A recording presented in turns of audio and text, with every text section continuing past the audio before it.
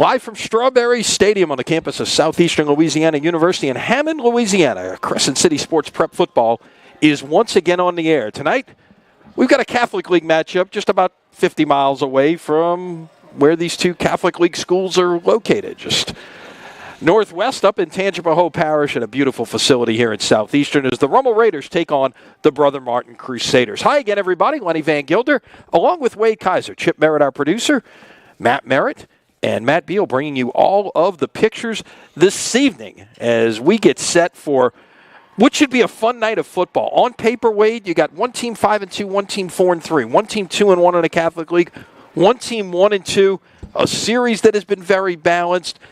Some past performances this year that suggest this is going to be a very tight football game this evening.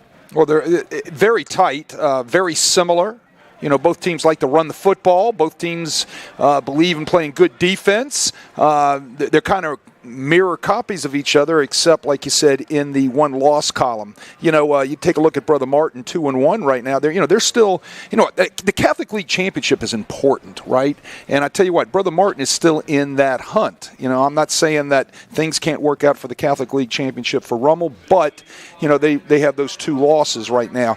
What is big, though, are the power rating points coming out of this. And that's something we're going to talk about later. Correct. Here's the thing, and we've talked about it ad nauseum this year, but as you know, there's probably the Division I bracket has expanded to 24 teams, and so you've got more teams in there.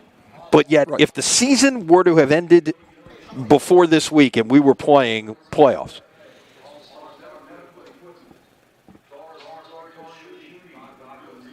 and if the season ended before this week 8 started, in the same part of the bracket, you would have Rummel playing Jesuit in the first round, with the winner of that playing Brother Martin. And then very likely the winner of that would be playing Catholic High. So it's like, yes, things have changed, but some things, look, there's a lot of time for things to still change in the next 3 weeks. So we're going to see exactly what is going to happen out there. We're getting set for there's the ask for the fans here at Strawberry Stadium to rise. We'll have our invocation followed by the national anthem and then a coin toss as we get ready for football here in Hammond tonight.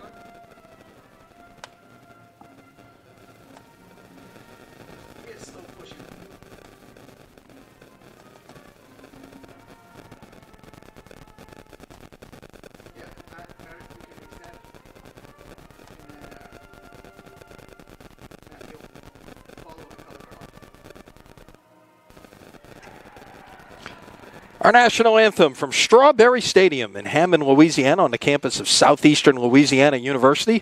Lenny Van Gilder, Wade Kaiser along with you as we get set for football on a beautiful Friday night. Man, it warmed up a little bit today, Wade, but that first blast of fall, I remember, we came up here, we've been up here probably 3 or 4 times now to do games, but I remember we came up here, during the COVID year of 2020, the Jesuit Holy Cross game was moved up here on a Saturday afternoon, and I remember that first blast of fall came in that morning. It was about 40 degrees when we showed up early that morning. It ended up being about 70, and it was a perfect day. Today was another perfect day, but, man, earlier this week, whenever that first blast of fall, if you weren't in the mood for football up until then, you got it then, Well, it's kind of like when you come from the South Shore to the North Shore, you expect the weather to change, and it has, right? So I'm still looking for the leaves out there changing on this beautiful campus. So, you definitely are in football weather up here in Hammond. No doubt. It'll be a little bit cooler than what it would be back home because, of course, you're on the other side of the lake. Temperatures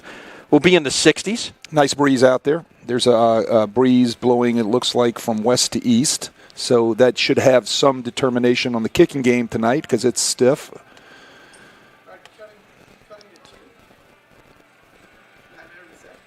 So we get set for football. Rummel's going to receive the opening kickoff.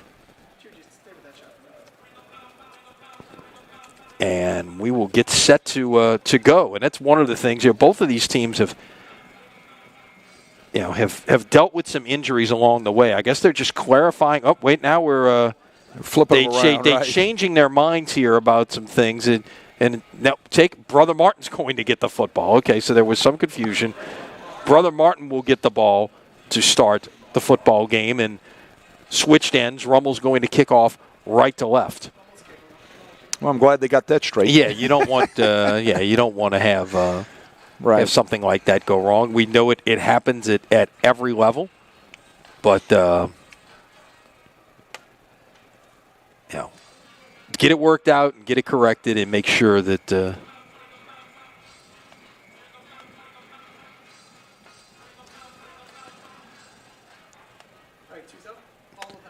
so we get set for this one. Week 8, just think 16 days from now, Wade, we'll be looking at all new brackets. And that's one of the things, by the way, that did come out in the last 24 hours. We know how things are going to be scheduled for the Oxner Prep Classic in the Superdome, the second weekend of December. And interesting how it is. We'll get into that more later, but it's interesting that the Division I Select Final is going to be the last game on Saturday night. I was a bit surprised to see it fall that way, but that's the way it fell. All right, so. And I just kind of chuckle. There's a lot of insight I think I can put into that. Of course. But of course. I'm just going to chuckle about it. But I think it was the right way to go. And I think they made that a good decision. And like we've said and we've talked about it ad nauseum, I think having that many people put on the bracket is great. And it's better for high school football to have 4 divisions in both select and non-select. Right. Chris Wallace to kick it off for Rummel. We'll see him a lot in the kicking game this evening, and this is going out of the end zone for a touchback. You've got a little bit of a breeze blowing, blowing as we view it from right to left. And so the Crusaders are going to take over at the 20-yard line. I think we've got a chance to see probably a few touchbacks here this evening. Well, again, with the breeze, it's going to depend on, obviously which way you're kicking. I think it's going to affect the punting game. So that's going to be interesting to watch when you have field position changes with the punting game, exactly how they're going to, attack whether they're going to squib it or, or kick it high and deep, that sort of thing. Clayton Leonardo leading this Brother Martin offense. Gives it away on first down. Both teams love to run the inside zone. There's another example of those guys right there running the inside zone. They like to pound it up inside the tackles. They want to try to get a hat on a hat right here. Great job. And it's Jordan West with the initial carry. We'll see him some at running back. We'll see him some at wide receiver. Torrey Lambert not available because of illness this evening. So that's a big loss for the Crusaders. Tried the little RPO action there with the tight end down the seam. That was Alejandro Ferreira. 8 catches on the year, but it was incomplete in his direction, and it's 3rd down and 5. Yeah, not having Torrey Lambert tonight is going to be, something that, Brother Martin's not going to have in their arsenal. He comes in with 607 yards on the season with 5.3 yards per carry. That hurts you. So on 3rd and 5, more of a passing situation here. Rummel showing some pressure from the edge. Leonardo stepping up, throwing passes, caught to West. Nice move to get out past the 40-yard line for a first down. Actually, they'll mark him right at the 40. That looked like trouble from the outset, but a very athletic play by the junior, Jordan West, to turn that into a positive. Here comes a pressure off the edge from Chance Joseph from his nickel position. It gets picked up nicely by the protection of Brother Martin to give Leonardo the chance to get that ball out. It didn't look pretty, but it worked. So first down of the night. After the gain of 10, put it at the 40. Interesting look there as the skill position players broke the huddle late. And they will run a little option this time with Leonardo.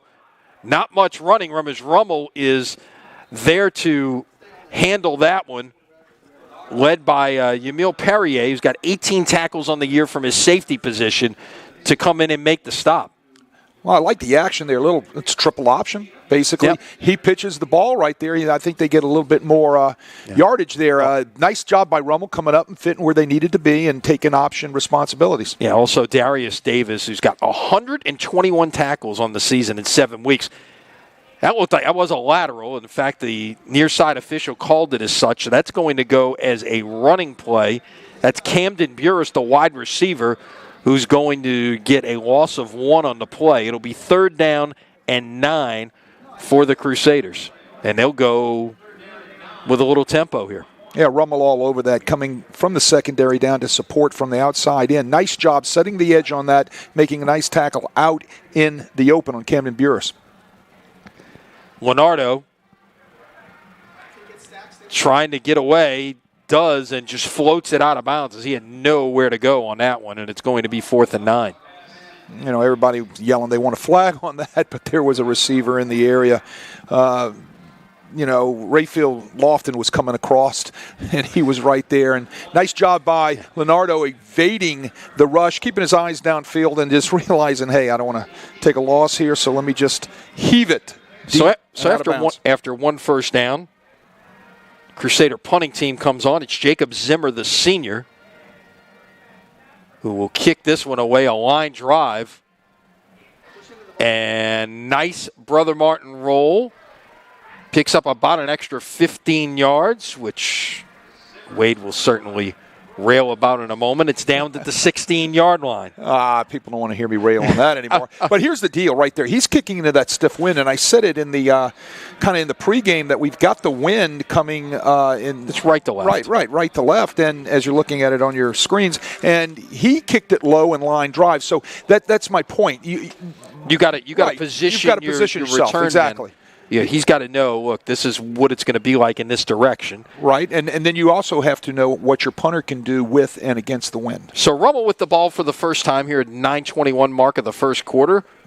And that is Avrard with the toss to Jaden Martin. 2 names we'll call a lot tonight. Casey Avrard, the senior quarterback, 6'2", 201 pounds, has thrown for 929 yards and 5 touchdowns this year. Jaden Martin leads the running game, 506 yards and 8 touchdowns. Yeah, toss sweep. Look at all the crimson jerseys on the pursuit angle. We talked about how well both of these teams like to play defense.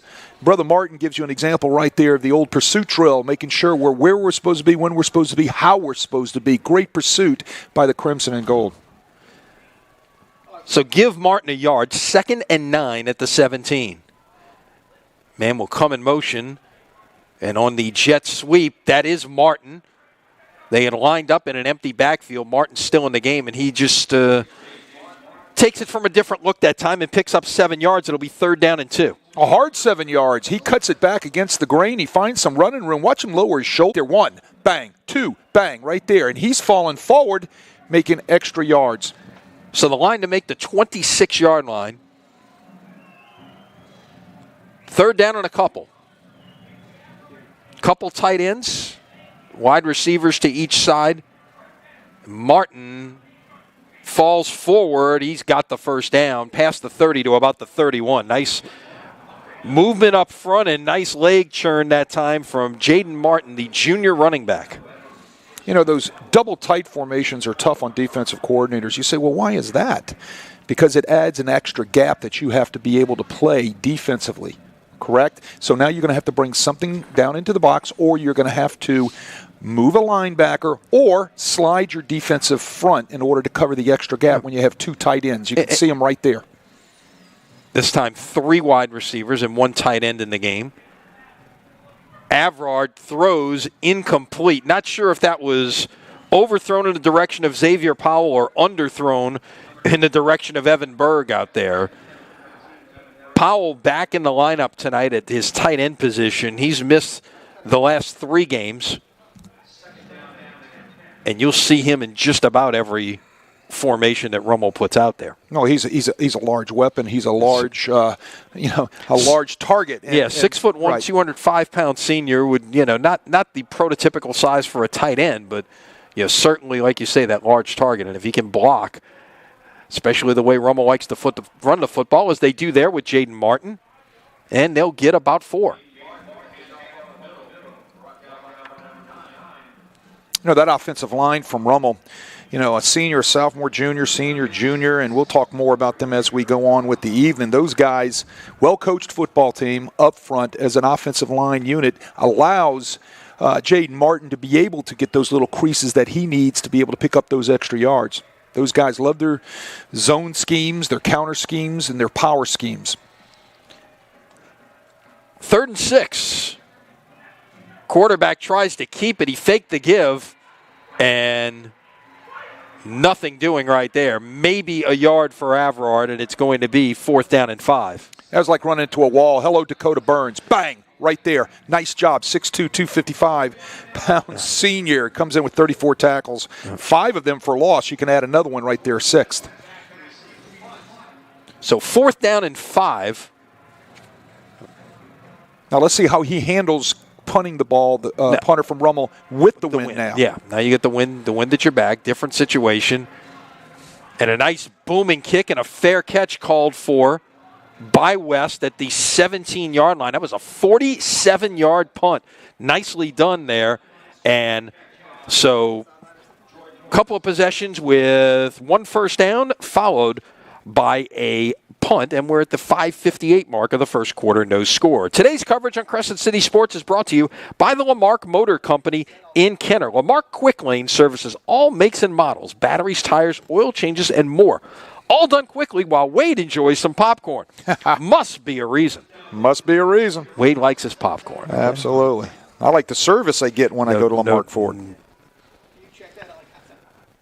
On 1st and 10, up the middle and room to run, but quickly closed up after a gain of about 7. And that was Sidney Harris on the carry. He'll be the other back that we'll see. You'll see Harris. You'll see West. May even see some of Kai Brown, the defensive end, coming over to play offense and get the football.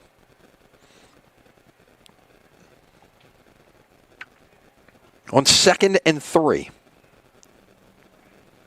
Play action. Leonardo, pass caught, 1st down. That's Ferreira on the catch out to the 39-yard line, similar to the play that we saw in the first series, just to the other side of the field, and this one was caught. Y seam. That's what it's called, Y seam. They're going to fake the halfback right here. Let's see if we got RPO. No, it's not RPO. That's why they call it Y seam. Everybody set protects right there. You get your Y right down the seam. You hit them quick. Nice pickup. On 1st down, that'll get about 3.5 yards for Harris. Stay on schedule. Make it 3. 2nd down and 7. You know, your play action pass and your RPO game is so much better when you can establish that line of scrimmage and run that football. I mean, we talk about it on, Friday nights. They talk about it on Saturday afternoons, Saturday nights, and they talk about it on Sunday.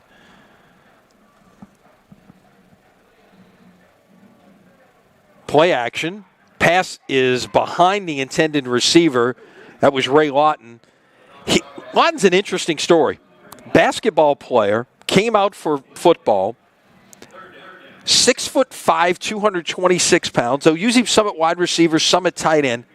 He had been on the field 2 days, and he had a Power 5 offer. Not in a game, just at practice. But that you can't teach size. No, you can't. And it also makes you wonder about recruiting. Right?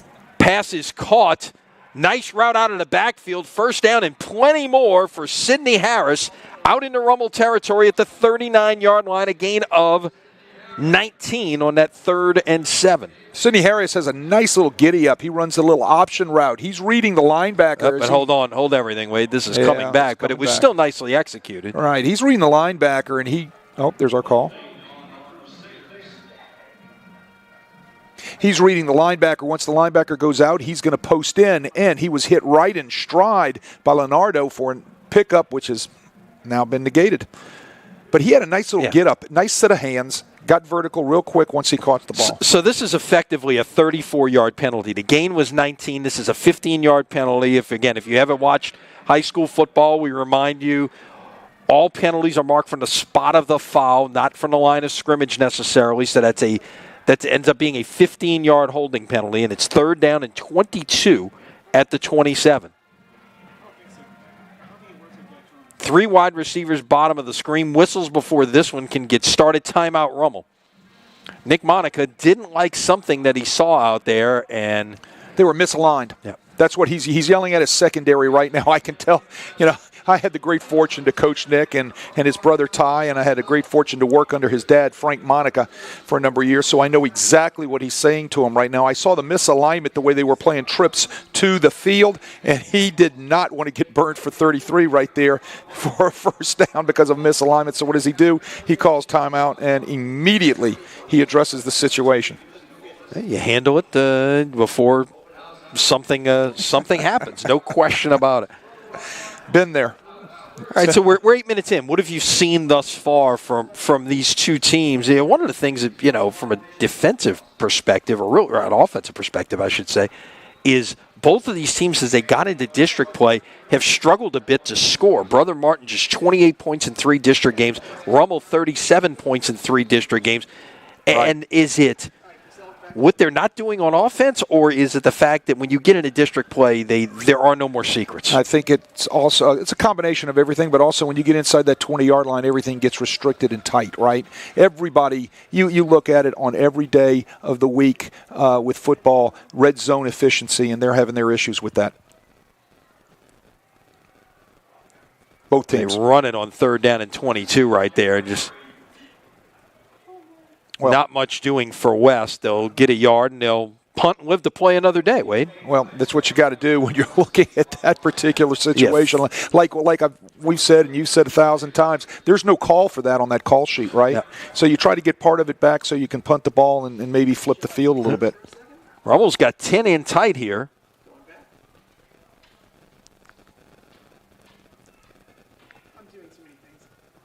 And that's a shanked punt. And going out of bounds, Rummel's going to get great field position at the Brother Martin 35-yard line. And that just came right off the side of the foot of Zimmer right there, Wade. That's unfortunate. Ouch. And he's going down the sideline away from the head coach. Right. Yeah. Poor guy. He just missed his foot is what happened. Yeah. I don't know if he's thinking about kicking into the wind or he's trying to manipulate the wind some, and then he just shanks the ball. He's going to set Rummel up with great field position at the Brother Martin 35. Best field position we've seen for either team thus far at the 3:39 mark of the first quarter. Rummel at the Brother Martin 35. Averard, now Norman Taylor in the backfield. He will take the handoff on 1st down. Room to run. gets it out past the 30, was looking to try to bounce it outside, and everything closed up quickly on him at the 29, a gain of 6. Joe Chango, the offensive coordinator from Rummel, it's simple for him. He reads 5 in the box. He's going to run in between the tackles. He's going to run the zone. It's going to set up nice 2nd and 5, like you said. And that's what they're giving Rummel right now.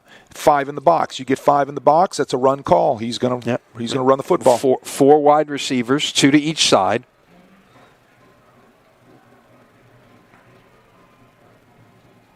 This time looking more like 6 in the box, but they will run it again, and it's defended much better this time by the Crusaders. A flag comes in from the side.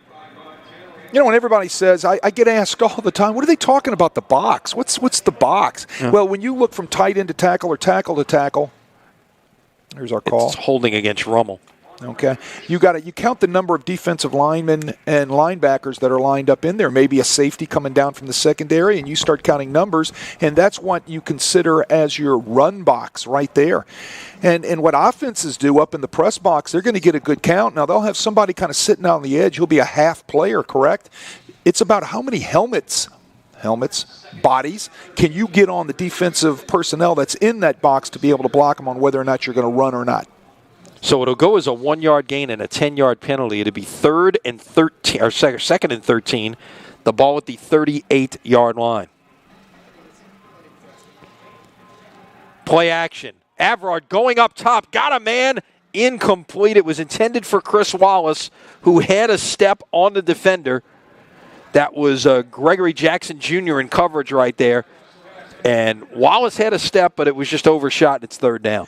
Well, had a step. If the ball wouldn't have sailed, again, wind effect, possibly. Don't know. He hits that in stride. It's TD, Rummel. Against receivers, correct? So everything gets a little tighter and everybody's throat gets a little bit lumpier. And that's what happens inside the red zones. It's good football teams that have those higher efficiencies when they get down inside the 20 that you see can put a lot of points on the board. So no scores. We head to the second quarter. Switch ends as we begin. Brother Martin will be playing a 3rd down and 13. The ball at the 16-yard line.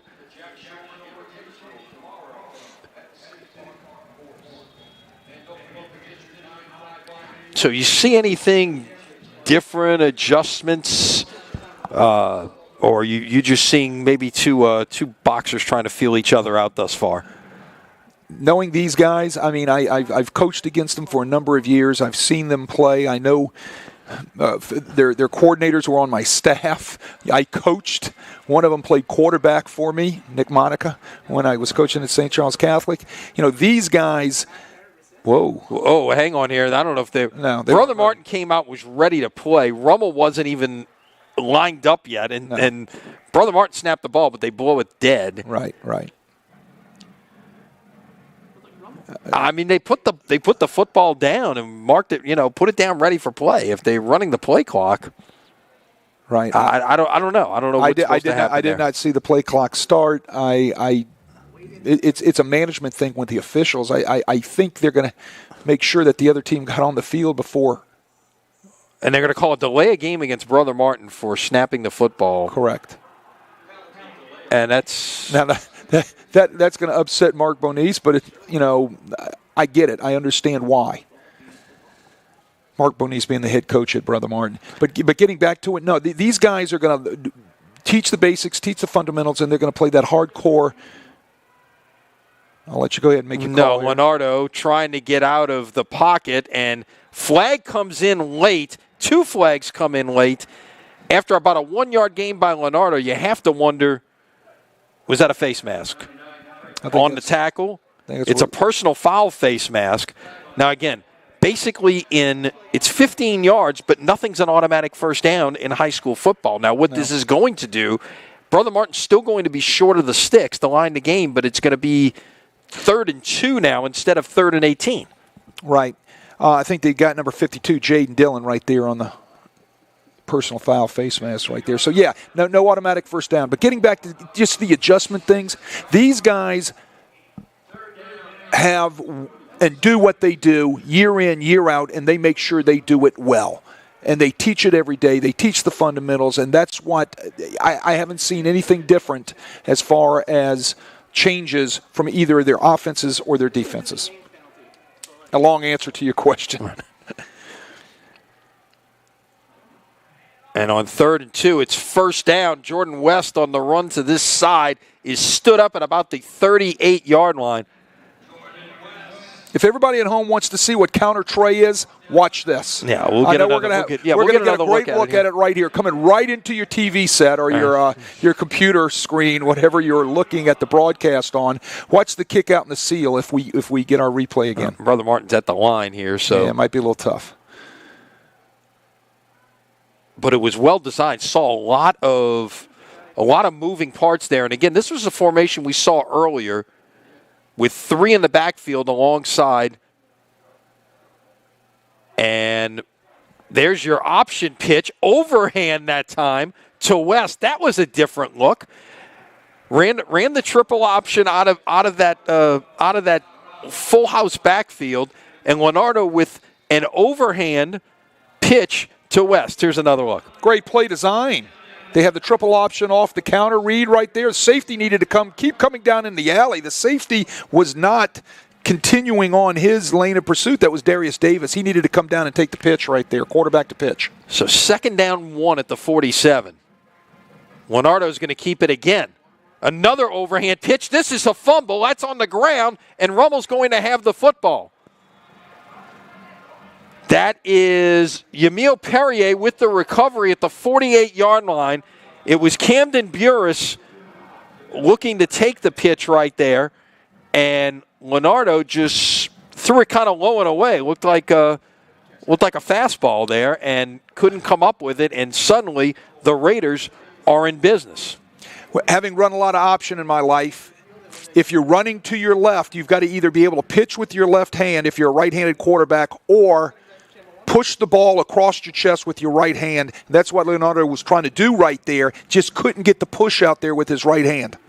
That's why he put the ball on the ground. So Rummel takes over at the Brother Martin 48. Give it away on 1st down to Jaden Martin, who will get stood up after a gain of about 2. Nice tackle right there. 35 from Brother Martin was on that stop. That was William McKivitt. 5'10", 190-pound junior linebacker making that play. Stepped up, filled the hole nicely when he got a clear read and brought the pads. 2nd and 8. Ball at the 46-yard line. Martin spins his way forward. Give him about 5.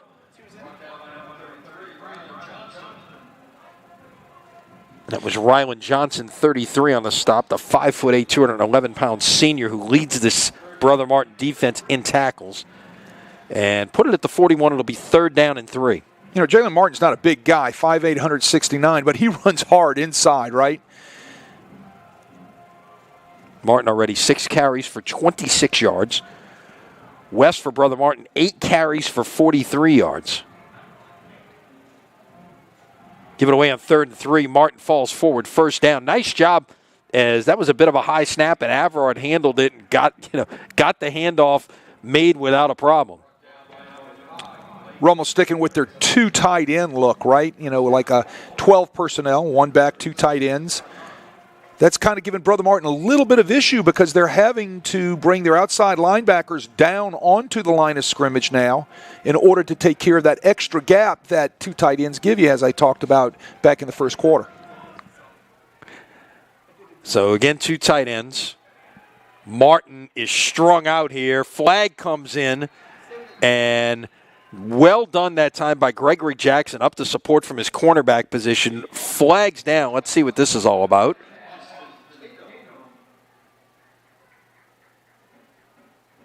It is holding against Rummel. So, well, Gregory Jackson came up and set the edge, like you said, nicely done, but it was Austin Tatum coming from his safety position, his strong safety position, coming downhill in the alley, supporting. Perfect pursuit angle. You know, that gets a defensive guy like me all riled up. I love to see that secondary support, especially from a too high secondary look that Brother Martin is giving Rummel. So the penalty will be 12 yards, 1st and 22. At the Brother Martin 49-yard line.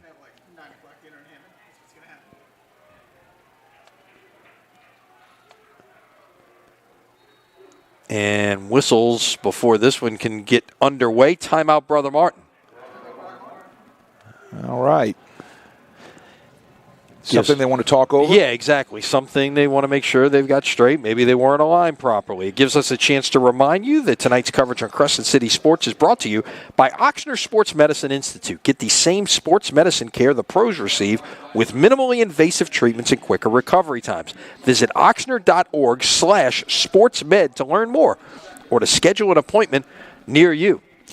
Say it every week. That is such a great thing for high school football coaches and their training staffs. If they got to get one of their guys looked at the next day after a Friday night game, that's what Ochsner is there to do. You can get your kid over there right away. They can get them looked at, to get them treated, that sort of thing. And it's such a huge help for those training staffs and head coaches of high school football teams. Saturday appointments are huge, and they are available in New Orleans and in Baton Rouge.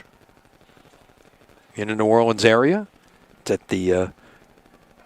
at the clinic in Elmwood.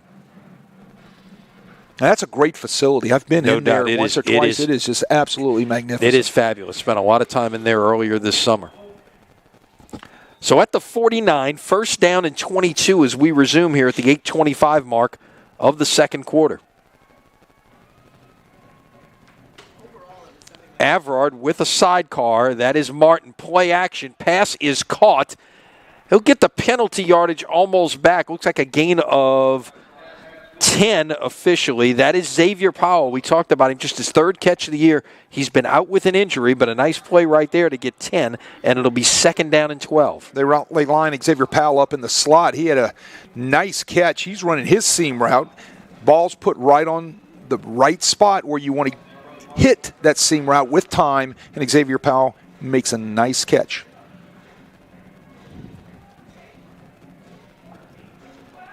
On 2nd and 12, man in motion to the top of your screen. Averard will step up, look to run. He's got room to run if he can get to the edge. He gets there, and I think he got to the sticks. It's going to be a 1st down, a gain of 13. Well, he knew where the sticks were. That was a nice job by Averard. The pocket collapsed. You can see everything collapsing around him. Crimson jerseys coming in all around him. Protection broke down. He sprinted out there. But what was smart by this senior is he knew the yard to gain, right? Where to get. He runs out of bounds right at that spot, picks up the 1st down. Very headsy play by Casey Averard. So at the 26, single setback is Martin. Averard's going to operate under center this time. Play action. Well, waggle pass is incomplete. It was intended for Ruben Ramirez. A nice defensive play right there. That was Troy Santamarina, who's moved over to defense this year after playing some running back, wide receiver. Could still see him there at some point. You know, he will do a little bit of both, but primarily getting it done on defense. Well, I'll tell you what, he was looking at Ruben Ramirez, but had he gotten his shoulders around to the line of scrimmage, Xavier Powell would have came right into his vision. He would have knocked the ball out right there down to 82. 82 would have walked into the end zone. On 2nd and 10, toss sweep. Martin nowhere to run. A host of crimson shirts coming up. And it was Brendan LeBlanc, the East Tennessee State commit, 265-pound senior, got 9 tackles for loss on the year. That's going to go for no gain officially. Oh, Brendan LeBlanc does a nice job there. It looked like a sled drill for him. He gets his hands inside the offensive lineman. He extends. He shrugs off. He runs the line of scrimmage, and he makes a great play. Oh, that was beautiful. So, again, if you're just tuning in, wind is blowing right to left as we view it. So you got to think this is probably 4-down territory right here for the Raiders, even though Wallace has made a 39-yard field goal this year. Martin on 3rd and 10 will run it for about a yard, so maybe they're going to give it a shot here. Let's see what they do. Well, it all depends a lot also on the confidence you have in your kicker, right? I mean, then again, there's two schools of thought here. You know it's four down territory, so you're really playing that like it's 2nd and 10 right there. Well, let me say this. We've seen a few holding penalties tonight. I just saw one that was a spectacular holding penalty by Peyton McDonald, who just almost ripped the jersey off the Brother Martin defensive lineman right there, and it was missed. On 4th and 9, under pressure, Avrod will get away. Can he get there? Pass is incomplete. Looked like Martin may have been over the line of scrimmage when he threw the football, Wade, but it's basically water under the bridge because the Crusaders got the 4th down stop. Right, they got the stop. Austin Tatum could have also had the pick, right? Strong safety, number 10, 5'10", 170-pound senior. He had his hands all over that. He sat down on the ground and just got to put his hands on his helmet. Take another look here. And the thing to remember about illegal forward passes, everything has to be past the line of scrimmage.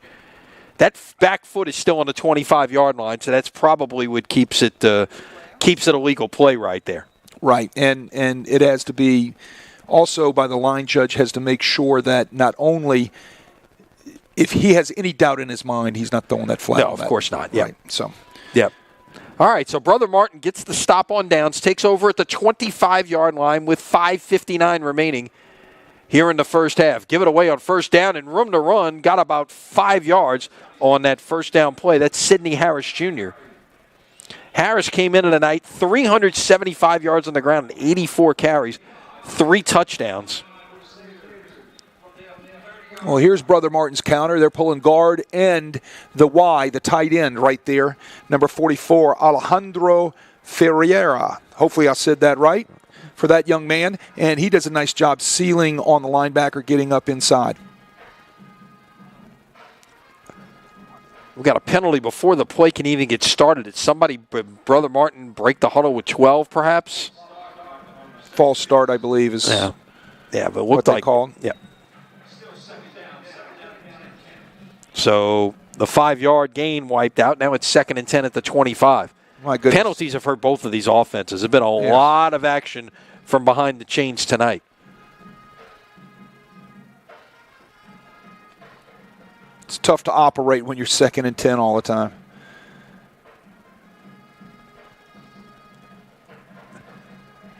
Play action. Leonardo running for his life and will throw it away. Terrific pressure off the edge that time by Chance Joseph from his linebacker spot. He's another one who's just back. 5'10", 198-pound junior with 30 tackles on the year.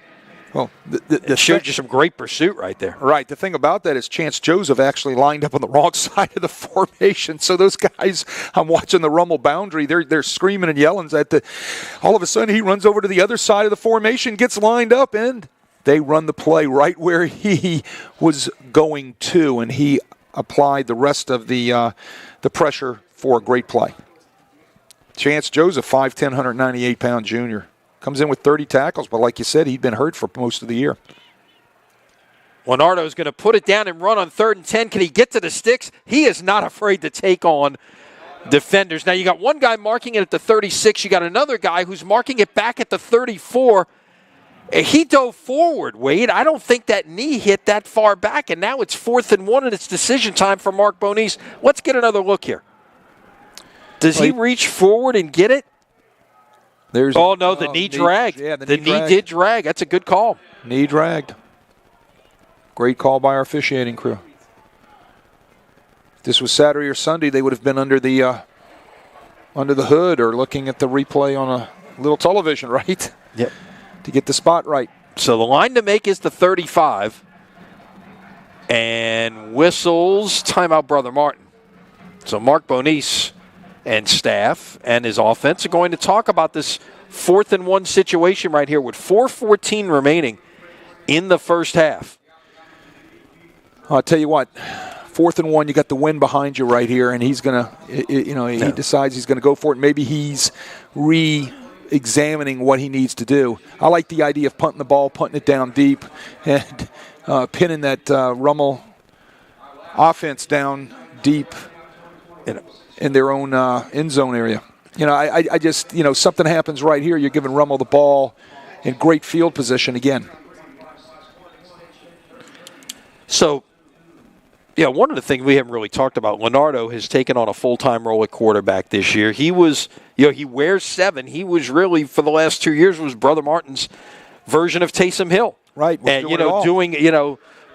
remember, the story that we told in this broadcast last year when we did this game, and now Brother Martin's going to have second thoughts here, and they're going to punt the football and play the field position game. And again, with the wind at your back, it's probably not. Right. I think that's the right call. And Rummel's going to line up in a punt-safe defense right here. But I remember talking to Mark Bonisa about how he manages Leonardo. As he was his position coach, basically, and he says the only he can't, he can throw it, but he just can't, he can't throw it to himself. He's not Bugs Bunny. That was the line that he used. That goes out of bounds at right near the midfield stripe. Let's see where they put it down. Now they're coming back. They still haven't put it down yet. Coming back, going to put it down at the Rummel 46-yard line. So that's his shank right there. He shanks it with the wind and doesn't get off a very good punch. Oh, my goodness. And that was the one thing that I thought maybe was under consideration there with knowing that is, did you want to go ahead and take a shot with your offense right there? So 4:07 to play. Rummel now at the 46-yard line. I got to go back and look at the notes here, Wade. See, the last time we had a snap on the Rummel side of the 50 is whistles before this gets underway. I'm going to answer that question right now because it's about to happen. False start against Rummel because now that's going to move them back to their own 49-yard line, a 1st and 15. And again, somebody playing behind the chains. When is the last time we had a snap in this game? It was was the punt at about the 6-minute mark of the first quarter. That is the last time we had a snap in this game on the Rummel side of the 50-yard line. Everything else has been played on the Brother Martin end of the field. Correct. On 1st and 15, a nice run that time to get about half of it. Norman Taylor on the carry. We'll get it to the 43-yard line, a gain of 8, so now it's 2nd down and 7. Real hard run. Watch him run downhill right here. Look at the guard wrap around, get up with the linebacker right there. Nice job. Then he lowers his shoulder pads. I like these Rummel running backs. These guys run hard. They're not big, but they get down behind their pads, and, they're falling forward when they're getting hit. 60 yards rushing for Rummel. And nothing doing that time. It looked like Taylor wanted to make a little cut and lost his footing and went down for no gain. No, he lost his footing because Dakota Burns, 6'2", 255, was sitting there telling him hello, right? Yeah, got in there and blew it up, yeah. Got in there and blew it up. Looks like he wants to bounce and, wait, no, you're not going anywhere. Right, and here's the thing. That's the exact same play. Little ISO play, instead of leading a backup on the linebacker, they're wrapping the offside guard around, which in this case is number 55, Lamar Jones, getting up onto the linebacker. Halftime, we'll catch up on scores. Talk about power rankings in Division I. Pass is nearly intercepted. It was intended for Ramirez, and a nice break on the football by Austin Tatum, the strong safety. You mentioned the tackles and stuff. He's also got 2 defensive touchdowns this year on a fumble interception return where he's, jumped something or scooped and scored. And, he's got a nose for the football and then to try to make something happen, and he nearly did it right there. Oh, that's his second PBU of tonight, right? Big play right there. He could have also possibly picked that one. So the punt on 4th down and 7. Pretty good kick with the wind in front of him right there, and he's got at the 12-yard line. I did not see a flag right there, even though there was a fair catch. And what I thought West collided with the Rummel. Now it comes in. Okay. Well, yeah, there is a flag. Here's why. That's the reason why I was sitting right here kind of waving my hand on for a flag. In high school football, go ahead. Here's your call. Yeah. We'll get the call. This should be fair catch interference. It's just interference. Catch interference in high school. That's smart. And still waiting on a signal here. Rummel's defense moving back because they know they're going to be backed up. They're going to make them punt it again is what they're going to do. Personal foul. Mm-hmm. Oh, was there? Well, he's saying roughing the. He's giving the signal for personal foul, roughing the kicker. No, that's going to be a fifth. No, that's not. That's the wrong signal right there. This is interference. Fair catch interference or catch interference, as Catch you said. interference. Okay, back to the rule in high school. There's no halo. There's no. You can see right there. You've got to give. The rule reads you have to give the returner room to catch the ball. The room is determined, when we say room, the space, is determined by the official on whether or not the returner had the opportunity to catch the ball and you didn't get or impede him. And obviously he impeded him by running into him. No doubt about it. Okay, so 2:27 for the Crusaders to try to get something going on offense. And we mentioned we may see this tonight, and there it is. Kai Brown, big number 93. You don't see many 93s carry the football, especially a tailback, Wade. And he shows you something there. He's got some ball skills. Got it out past the sticks, first down. Well, he's athletic. I mean, he wants to run downhill, and he wants some of it now, right? I'm going to get myself a piece. 6'3", 223 pounds running downhill at you. That's a locomotor. Clock ticks under 2 minutes. It's Brown again with room to run out near the 45-yard line, a gain of about 7.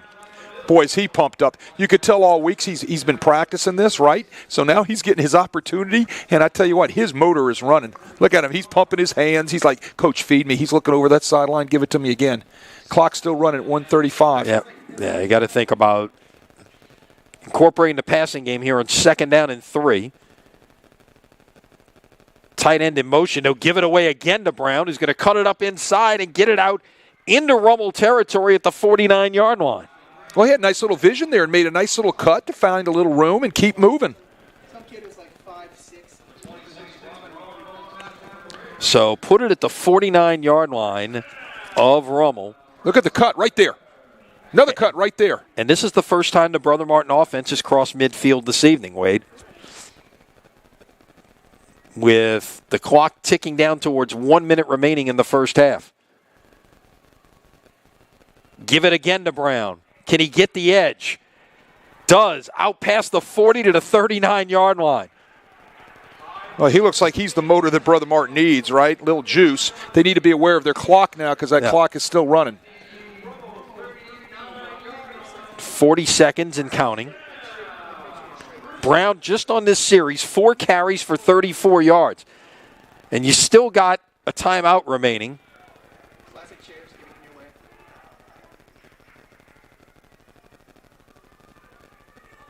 Play action. No, they'll give it away to Brown once again. Out flag is down. And at the 32-yard line, Brown is brought down after a gain of 7, but this is almost certainly coming back. They're going to get a hold out here on the wide receiver holding a defender from Rummel. And it looks like we got an injured Raider near side. And it looks like Robert Vaughn, one of the linebackers, in fact, one of the leading tacklers on this team, 101 tackles on the year. Now, Kai Brown, he's going to have to also learn that you can't beat everybody on the edge, right? So here's your call. Or did we get our call yet? But he's got to also remember, once he gets his pads north and south, to stay north and south. And if it's inside, press that hole. Don't just bounce it outside and think that you're going to outrun people. I'm sure he's being taught all of that. Well, it's a new position, right, as well for him. Brown's been a defensive lineman. He's got 11 tackles on the year, half a sack, and you're right. This is the kind of thing that, one, the guy can obviously do the job. You're not going to put somebody out there who can't do it. But two, when you see that kind of position change and somebody getting a new look, that's that can provide the burst that maybe you need. Right, and bravo to the Brother Martin coaching staff for thinking outside the box, right?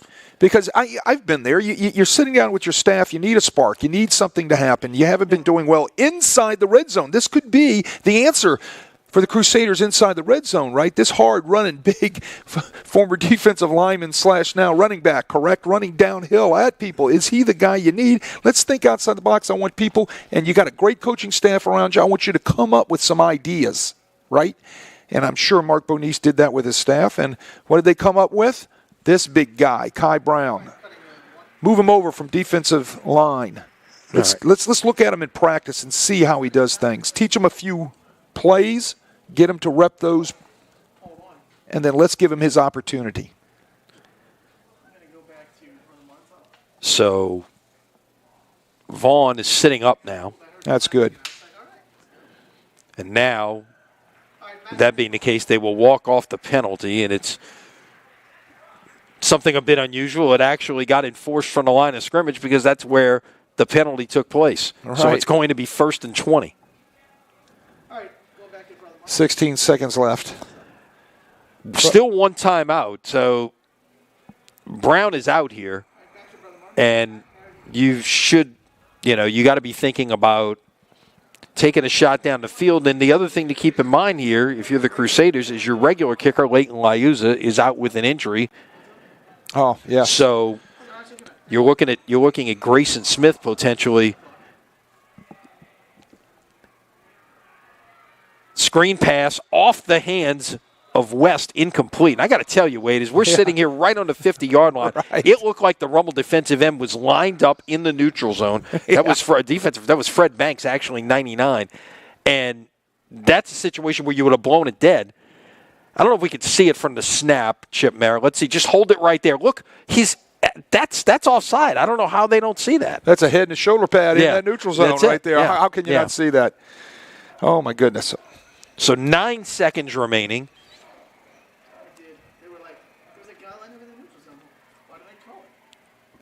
Play action. Leonardo will step up. Needs to be careful here to make sure he gets down before the play clock hits 0. Mark Bonice is going to call timeout. Did he get it in time? Let's see if they put time back on the clock. He gained 10 on the play. Are they going to call at the end of the half? Let's see. That's going to be the end of the first half as the time ran out before you could get the timeout. You see the clock down there. We're synced up, so you see it on your screen.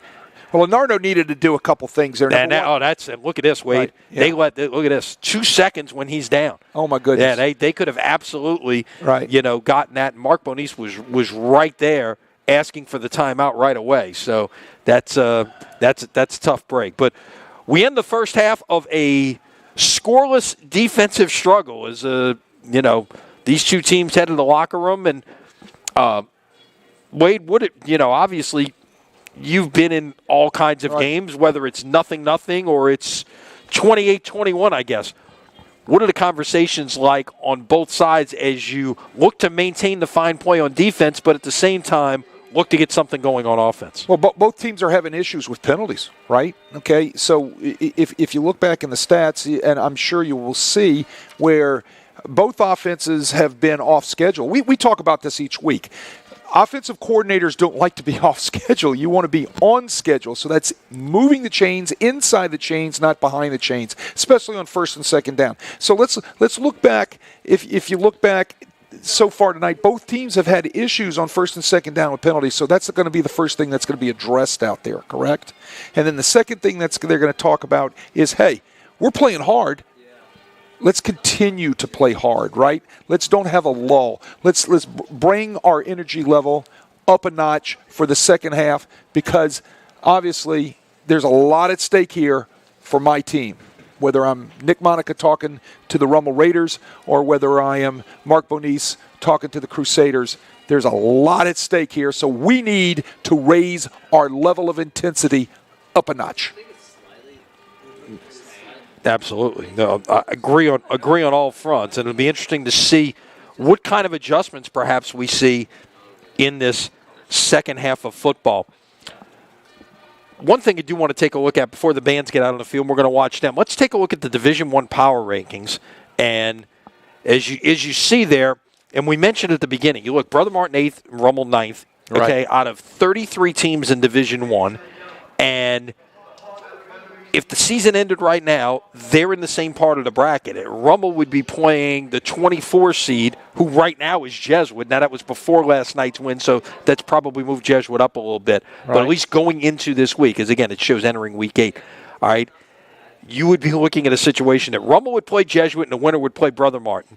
And, oh, by the way, Catholic is sitting there in your part of the bracket as well. So let's go even further. St. Aug and John Curtis, a 4-5 potential quarterfinal. They're all on that side. They're all on the same side of the bracket. How that ends up working out, who knows? But it's obviously a long way to go, and the numbers aren't going to stay that way. Well, there's two more weeks, obviously, or this week as and well as two more weeks, right? Yeah. So things are going to change. But if everything ended like right now, look, what is new is still old. Okay, exactly. There you go. I think that's the saying. Look, even before all this mess, all right, Mm-hmm. I guess that's the right word to say.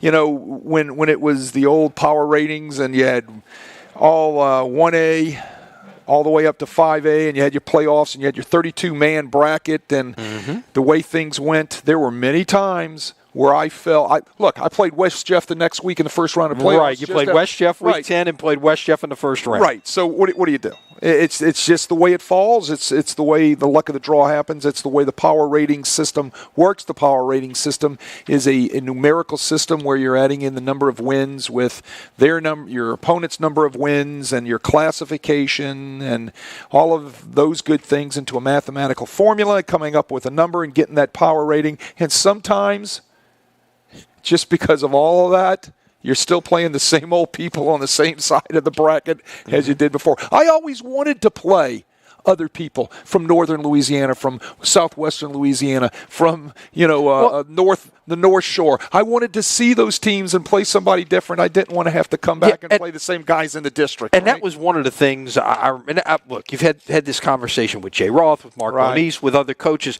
That is the thing that they would love about the playoffs is you were getting on a bus and you were going somewhere and going into different spots to to play games, and it was the other thing is what we've seen in the last 9 years at least in Division 1, 2, 3.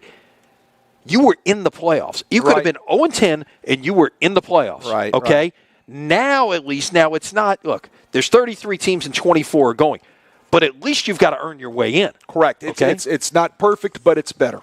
It is a lot better. And kudos to the staff at the LHSAA and the executive committee with the LHSAA to work towards making it better. And that's what and look, that's what it's all about. People are working to make things better. We got to remember this is a democratic association, the LHSA. It's a principals association.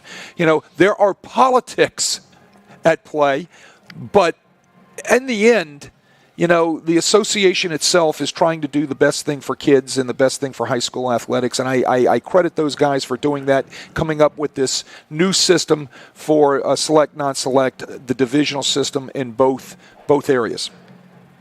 Looking at some of the scores, there were some interesting games last night. We mentioned Jesuit beating Booker T. Washington 31-8. Pretty entertaining game, if you will, in District 8 5A with East Jefferson defeating West Jefferson 14-13. Warren Easton with a good win over Madison Prep 20-14 last night. And so we get on to some of the action going on this evening. Halftime, Newman leading Country Day 14-0, that rivalry game. Second quarter, St. Martin's leading West St. John 20-0. As that's going to be interesting to see how that all plays out in terms of that's a good 1A league right there with those teams. Right. You could see, you've got it's good football, good running backs. We've had the opportunity to we've seen both showcase those guys a couple of weeks ago, and it was really fun. I had the chance to go out to Riverside and speak at their quarterback club, which I totally enjoyed. Big shout out to those guys. Some of the best dirty rice and chicken I've had. No, you will eat well there, no doubt about it. Absolutely, no doubt. But as you look at just looking at Division 4 power rankings, St. Martin's is 5th, Riverside is 6th, identical 6-1 records. It's that's still, again, you got ways to go, and there are no I know Riverside beat St. Martin's. That's not a factor. So it's just all about who you play, who you beat, and it comes up numerically with that. So again, you're going to have 24 teams. In each one of the select brackets. You're going to have 28 teams in each one of the non-select brackets, and there's going to be 4 of those. Again, we're talking briefly about the schedule. You're going to see 2 games on Thursday, 3 on Friday, 3 on Saturday in the Dome this year, the second weekend of December. The Division 4 games on Thursday, and then what they're doing is They're playing Division II and III Select and Division I non-select on Friday, and then they flip the script, play Division II and III non-select and Division I Select on Saturday. So the last game is going to be the Division I Select final.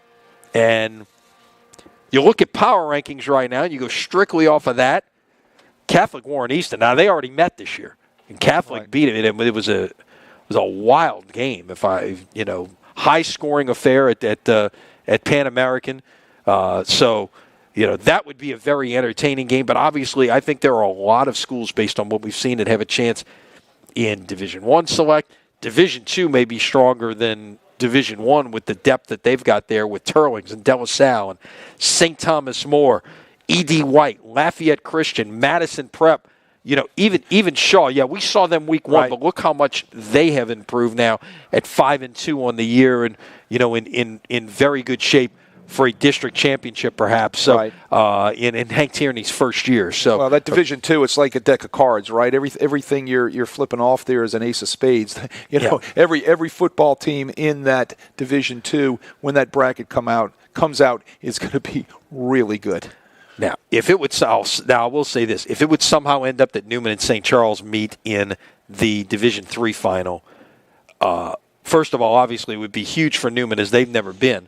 And you got Dunham sitting there second. Let's not discount them either. And you've got Notre Dame sitting there fourth. Don't certainly discount them. But Newman, St. Charles, if that game ends up on Friday afternoon, that would have a chance to be an enormous crowd. They played. They're going to play Week 10 at Lupin Field. They played that game here last year. In fact, it was televised last year. It was a televised game. Yep. It was a televised game last year, and this place was packed. St. Charles always brings a crowd, and so does Newman. And it was a close one that St. Charles pulled out right at the end. They drove the length of the field and stuck it in. Yeah, drove the length of the field to win it 12-7. They were down 7-6 and put together a 2-minute drive to win that football game. So just a glance on what's going on, certainly in a division side. The game we would all probably love to see, but we won't, of course, is Carr and Destrehan. A lot of people will tell you, at least in the New Orleans area, that those may be the two best teams. Now, Destrehan is sitting at 8th in Division I. Right now, that doesn't get them a bye. Enormous game next Friday night in reserve. Destrehan and East St. John. Huge. That is going to be huge. East St. John 7-0, Destrehan 7-0.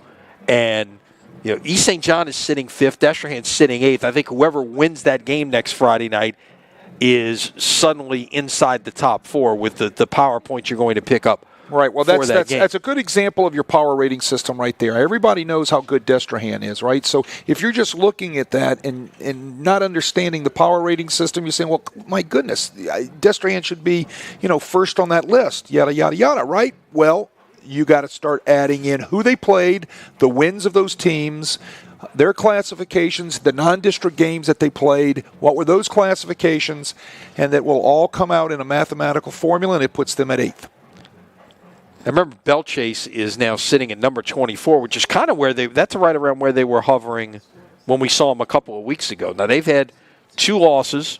We saw them against Newman, and then they lost last week to Shaw and got a chance to they won last night, so they've got a chance to win these last 2 and finish 7-3. And they are the one team along with Chalmette in the kind of the metro area, at least Orleans, Jefferson, St. Bernard, Plaquemines, that's going to be on the non-select side.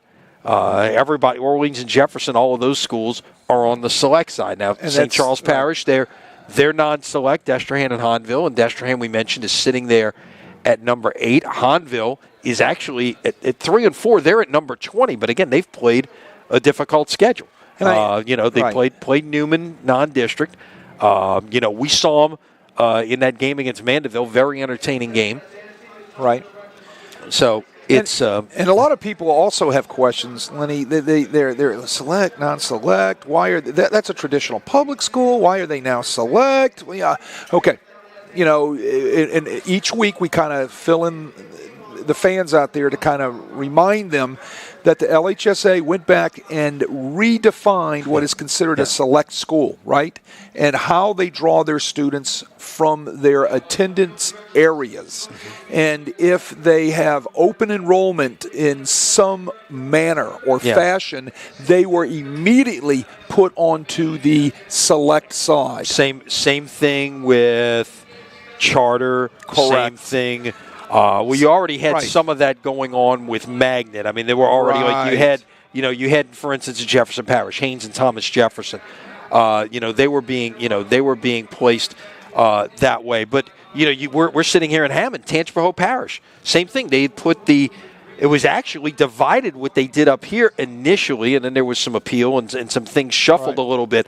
But the magnet schools got put on a select side, and the ones that were not magnet schools got put on the non-select side. Right. Now, let me say this again. Being a democratic organization, the LHSA will have its annual meeting and convention in January. All principals will get together in about 3 months from now. Yeah, right. late January. By November, principals will put in many forms of legislation to be considered. And what's going to be interesting is this. We talked about how they did this. This was a definition in the glossary of the Constitution and bylaws. Well, is that something that can be voted on by the principals? That's something that's got to get decided. And again, they could pass it. They could say, yeah, we could vote on the glossary. They could pass that rule. My good friend and bless his heart, no longer with us, Rick Gailey, used to say about the executive committee, they can do what they want to do when they want to do it. It's kind of like the United States Congress, right?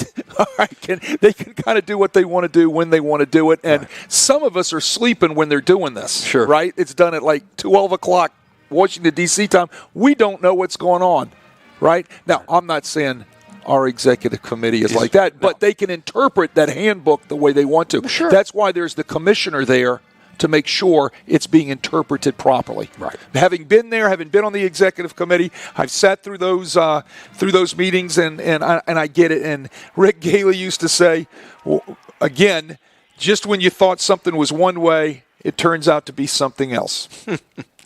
Always. We are at halftime. No score between Rummel and Brother Martin.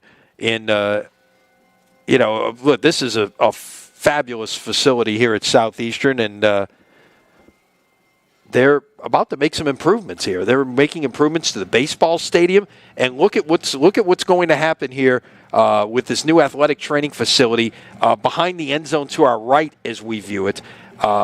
That's some big improvements that are going to take place. Some additions, and to really help brand this facility a little bit more. It's nothing wrong with that at all in terms of what's going on. And you've even got an arms race at the FCS level in terms of what it is you have to do in terms of upgrading your facilities. Right. I was speaking with Timmy Rebo at Nichols yesterday, and they've just finished a new $6 million facility there, and they're going to add on to it with an indoor practice facility also. Wow. Even at this level, it's an arms race, right? It's about recruiting. It's about getting out there and letting your alumni and the people that are your benefactors in your city be proud of, and your region, be proud of your university. And Southeastern does a great job with that. And those facilities that you just showed right there are going to be first class, and it's really going to help SLU football as well as their whole athletic program with that new training facility. Yeah. Frank Selfo and the Lions on the road this weekend. They will play, I believe, Jacksonville State tomorrow. Yeah, the Southland worked out an arrangement with the Ohio Valley for some non-conference games, and that's proven to be good. And then, of course, they went back and brought some teams that were leaving the league back in, which caused some schedule shuffling, if you will. But look, it's all it all is working out here in the end, and you've got you've got a great league. And look, these great league. Southeastern and great Nichols, have really been kind of the standard bearers, at least over the last few years, at least of the current membership of the Southland. UIW has kind of established himself as maybe the team to beat this year, although Southeastern beat UIW on this very field in a terrific game, opening game of conference weekend. And but UIW is sitting there hovering around the top 10. Everybody else is on the outside looking in at this point. So we'll see how it plays out. With another good football team that was just brought into the Southland Conference. They've come up from Division II is Texas A&M Commerce. Yes. That is a really good football team that is new to the Southland Conference, and they're going to bring a lot of enthusiasm. And let me tell you what I think we're finding out as some of these realignments continue to happen is the level of football that you play, whatever you say you are in a division, there's not as much of a difference as you think there is. You take a team like James Madison, who's been in the FCS and moved up. They got in the top 25 last week, playing in the Sun Belt Conference, and they lost their first game of the year last week, I believe, at Georgia Southern. So, which, by the way, helped open the door for Tulane to get back in the top 25 for the first time in 24 years. But you talk about what's happening with Commerce coming up from Division II to the FCS level. You're going to see, I think, more of that happening, with teams making the move up. Sam Houston, who was in the Southland Conference previously, they're moving into Conference USA next year. Jacksonville State is going to do the same thing. So it's a whole brand new world. It is. It's a brand new world. Everything's shuffling around, and a lot of it has to do with the dollar bill. No doubt. So you think there's an opportunity to grow it and bring in more dollars? And look, I think it helps on a lot of different levels. It helps on the admissions level. That's one of the things we talk about football. There's going to be a vote in a couple of weeks at the University of New Orleans among the students. Perhaps they are going to be adding football, and that's part of what it's all about, along with a couple of other sports. But that's what it's all about. Football is, I should say, athletics is the front porch to the university. Absolutely. I'm trying to figure out a way to go back to UNO as a student so I can vote on that. Oh, okay. There you go. It's been a while since I've been in college. There right? you go. You might be able to.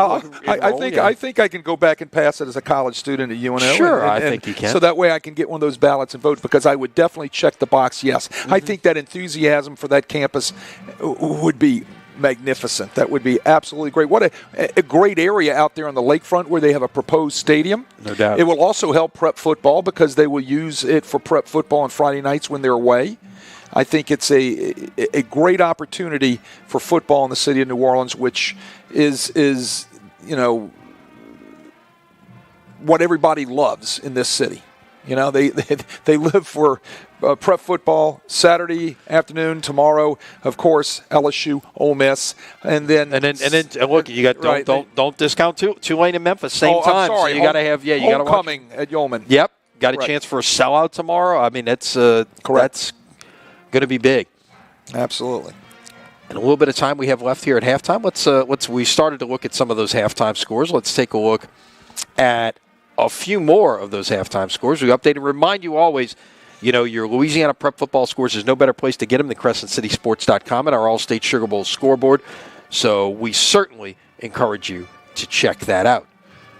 Let's see. Riverside, we were talking about them. They lead Cohen 28-0 second quarter. Just down the road from us here, St. Thomas Aquinas leading North Lake Christian 10-7 second quarter. Second quarter in Donaldsonville, St. James with a 27-12 lead over Donaldsonville. I believe St. James is number 3 in their division in terms of power rankings at this point.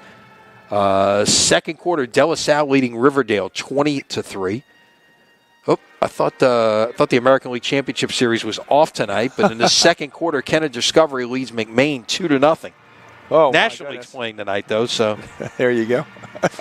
There you go. Shaw leading Patterson. They're out of district tonight. Shaw leading 21-14 at Patterson second quarter. We called Shaw a few weeks back, and I think Hank's got him rolling. He's straightened some things out, and those guys are ripping it up now. Yeah. Halftime at Tad Gormley tonight. Carr leads Holy Cross 34-7. By the way, it gives us a chance to remind you, next Friday night, Tad Gormley. I'll jump out of this chair. I'll let Ken Berthelot have the headset, and we get you guys back together as we get the 100th anniversary of Jesuit and Holy Cross from Tad Gormley. We'll be on the air at 7:20, kickoff at 7:30 Looking next forward to Friday night. And always good. You love the pomp and the pageantry and everything that goes into that game. There's nothing like it in high school football in Louisiana. It's not a game. It's an event. It is an event, no doubt. It is an event because of everything going on during that week. And then there's a football game. Yeah. So I'm just saying. Yeah.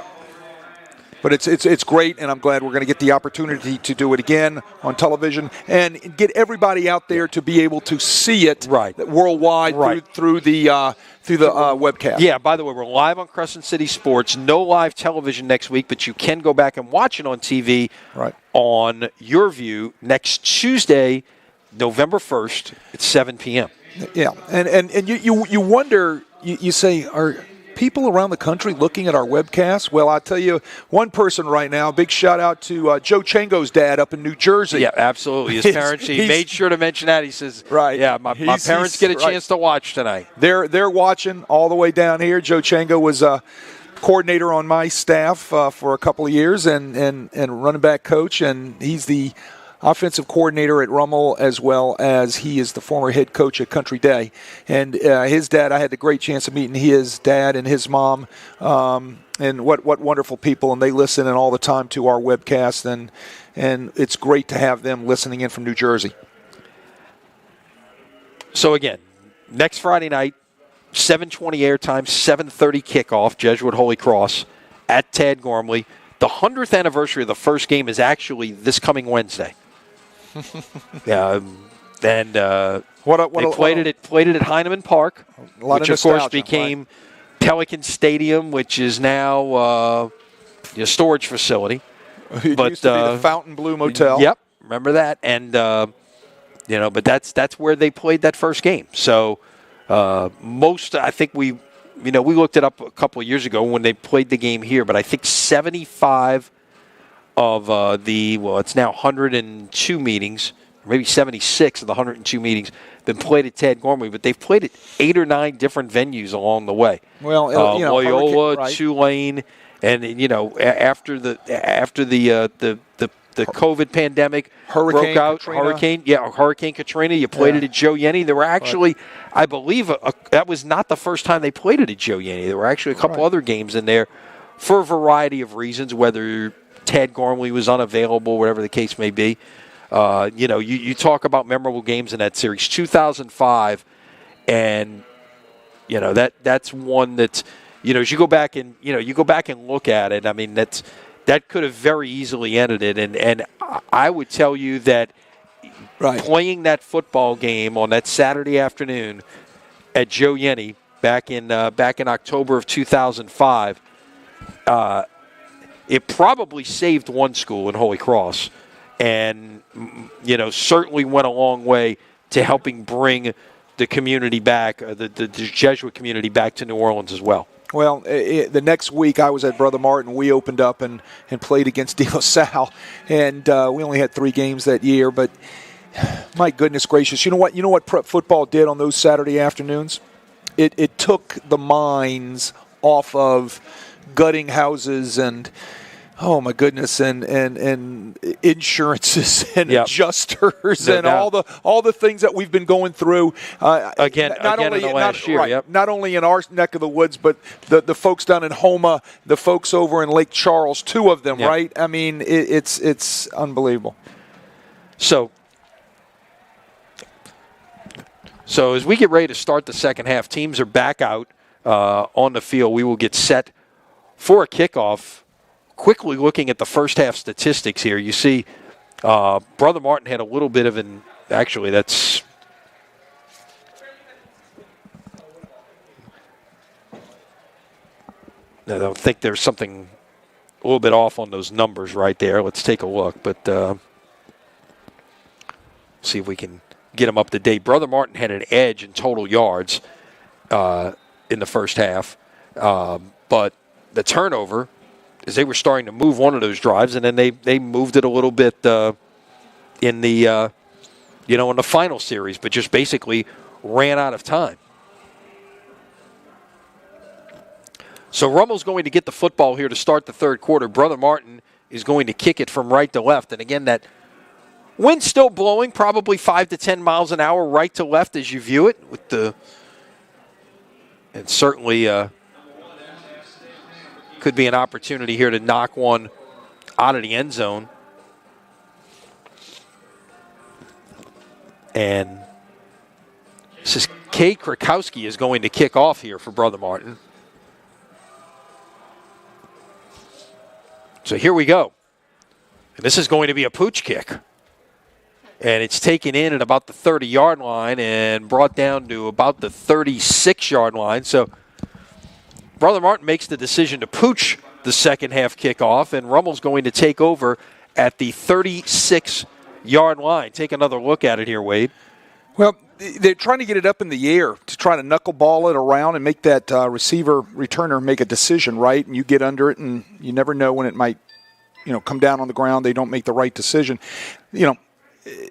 Very well coached teams learn and practice those pooch kicks. Make sure you get that hand up in the air immediately, so that way we've already seen one catch interference tonight.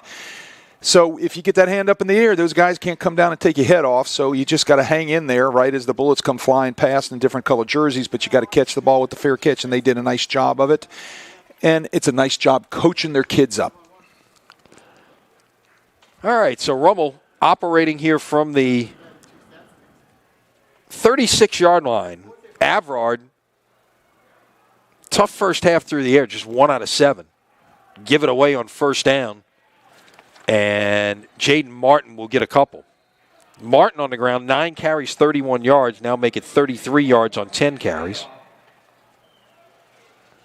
Well, the one completion and the one, they're just not doing that part of the game well. Hence, the running game is really what they're trying to establish. They put it back at the 37, Wade, so it's going to be second down and 9. Right. It's just you got to be able to throw the ball a little bit. I'd like to see a little more play action out of the Raiders. Well, they'll throw it this side. Second completion of the night, and well defended by the Crusaders. Austin Tatum just stepped in and blew up Ruben Ramirez, who tried to turn it upfield. No gain on the play. Boy, is this cat good, right? Austin Tatum, he's been all over the place tonight. He comes up and he plays a lick on Ramirez right there, and he's lucky he didn't cough that ball up. Austin Tatum, senior, 5'10", 170 pounds, comes in with 46 tackles. My goodness. 3rd and 9. Add another one to that list. Line to make the 46. Avrard. Let's see, is that a fumble or is that a forward pass? No signal yet. I think it's a fumble, and the Crusaders are on the football, and that is Dakota Burns. We called his name a bunch tonight, Wade. He came up with the fumble recovery, and the Crusaders in business at the 38-yard line. Let's take another look. Was the arm coming forward? Oh, my goodness.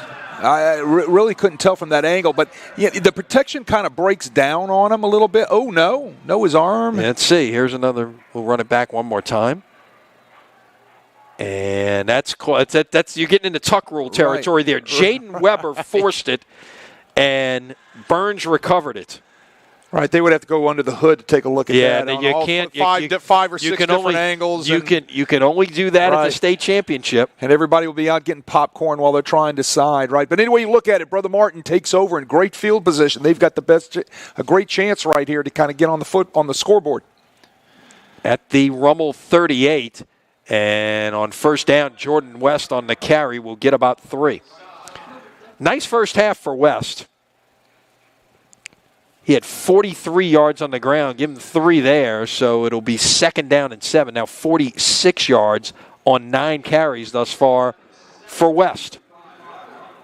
Well, the surprise of the first half for the Brother Martin running game was the insertion of Kai Brown. Yep. Wonderful to see more of him here as West runs out past the 30, out to the 25, still on his feet, and he's finally stood up, and he's still going at about the 20-yard line. Just couldn't bring him to the ground. Well, it turns into a rugby scrum there, right? You got all the white jerseys in on, and then all the Crusaders are getting their jerseys up onto those white jerseys, and they're just moving the pile. Watch it. Here we go. Yep. They just continue to move it. You're getting a little push from behind there. Got to love it, right? I mean, gain of 16. I think it's the first time either team's been in a red zone this evening, Wade. Great pursuit right there by Rummel. Yeah, nice play from the backside. That was Calvin Sparrow from his linebacker spot, 212-pound sophomore with 42 tackles on the year, and runs down West after a gain of just 1. Check it, no gain. Sparrow follows the pullers who are running counter right there, and he runs right down the backside line of scrimmage to pull down West. That's the way you follow your pullers. That's what good defensive linemen are taught, or linebackers that are off the edge. They follow the puller. The puller's going to take you to the ball. 3 running backs in, and they'll give it away up the middle. That was the deepest of the backs, Sidney Harris on the carry out to about the 14-yard line. Rummel slants their defensive line that time to the wide side of the field. You can see all the white jerseys are slanting to their right. Brother Martin runs back against the slant to pick up some nice yardage. So it's 3rd and 5. The ball at the 14. The line to make is the 9. Easily the best offensive threat for either team thus far in the first 28 minutes of this game. Now single set back with West at 4 tight ends. West off the left side, pushing, stood up, and he's going to be stopped at some point. The pile keeps moving again at the 11-yard line, maybe make it to 10. So it's 4th and about a yard and a half, and it's going to be decision time right here for the Crusaders. That's the scrum again. Just keep moving the pile, moving the pile, moving the pile. What West does there, everything's clogged up inside. He just bounces it out to his left to pick up more yardage. Watch the play right here. Here comes the counter. Nice job by the Rummel defensive line, especially the linebacker, number 20, the outside linebacker. Greg Jones comes down, wrong shoulders everything to stack it up inside. West just bounce out around him, and then it gets into a scrum. Looks like they are not going to kick. They're going to go for it here on 4th and 2, it appears. 10 on the play clock. We've got to remember their place kicker was hurt. I think he has a hurt foot, was in a golfing accident, the way I understand it. Yep. And well defended by the Raiders as they got great penetration led by Robert Vaughn to make the stop on Sidney Harris, and it's going to go as a loss on the play, and Rummel will take over on downs. Watch the pursuit here. Remember the red zone efficiency problems, and look at Vaughn. Nobody touches him. He was in on it, but to give the credit to Jaden Dillon there, who really got the initial hit. Yeah, I called it 26, but 52 with the initial hit there in the backfield and a loss of 2 on the play. Well, Dillon was there. Vaughn was there. Here's the problem. Brother Martin's efficiency inside the red zone has been exactly what we've just seen right there. They're down their kicker. They don't have a kicker. I said a golf accident. He actually hurt his foot while in the golf cart. Had to have surgery. And on 1st down, a gain of about 5. So you put all those problems together, you're just not good in the red zone. That was Taylor on the carry.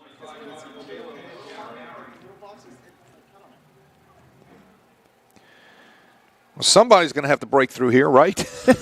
At some point, yeah.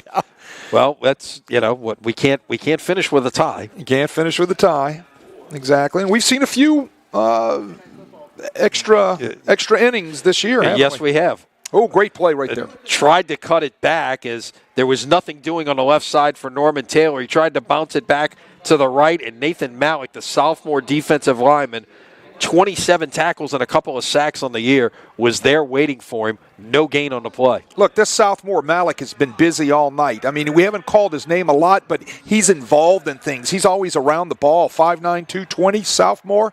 He's going to have some great plays in front of him as he continues on to his high school career the next couple of years. Just a sophomore. You got a lot of sophomores and freshmen getting on the field for both of these teams on both sides of the football. Empty backfield here on 3rd and 5. Now they'll motion one of the backs in and taking a shot down the field. Pass is caught. Out past the 30 to the 20 and finally knocked down at the 15-yard line. That is Ramirez. The big play finally comes from the Rummel passing game. It is a gain of 65. Ramirez runs vertical, but here's what happens. They're in a too-high secondary, and our boy Austin Tatum decides to peek into the backfield, takes the run fake. What happens? Ramirez runs right past him on the vertical, and Avrod puts the ball out there on the numbers. Huge play, huge splash play for Rummel.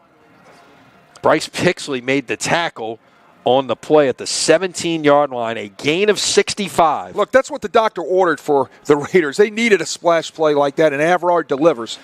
So Rummel in the red zone. Now we're getting all kinds of red zone activity suddenly as the clock ticks towards 5 minutes remaining in the third quarter of a scoreless game.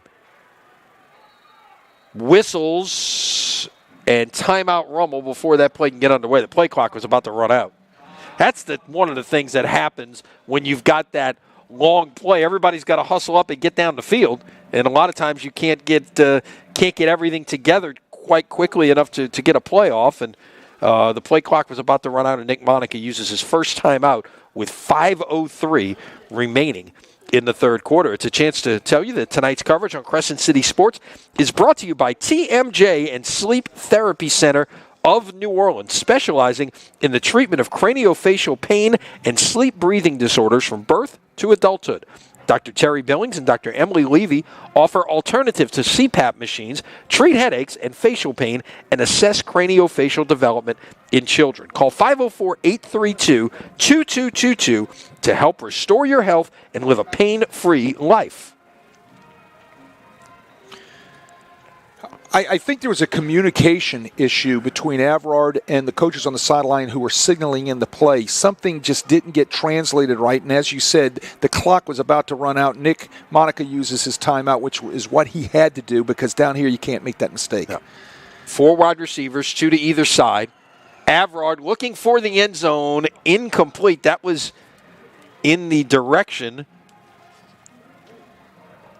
of Ashton Stamps, who's in on offense right now. They put him in on offense for the play. Stamps, we have talked about him a lot tonight, the LSU commit at cornerback. They went in his direction right there, stuck him in on offense for that play. Well, there's a reason why we haven't heard about him. They're not throwing at him. No, they will. They're not a lot going on in the passing game on either side this evening. Avrod, quick pass, caught Stamps, and looks like no gain on the play as there were a bunch of red shirts ready for that screen pass that time, and it's going to be 3rd down and 10. Oh, the guy that was ready for it was Jadon Weber getting out there and deciphering that screen tunnel pass right there, and he makes the initial hit on Stamps and holds him up, and everybody then comes in for a little piece. So 3rd and 10 at the 17-yard line.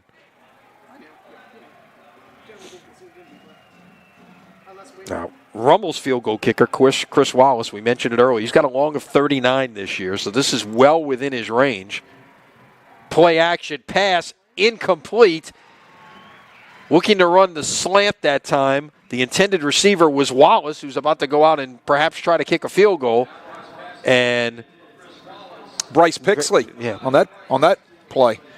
That's all play action right there. That's not RPO. There's the slant route.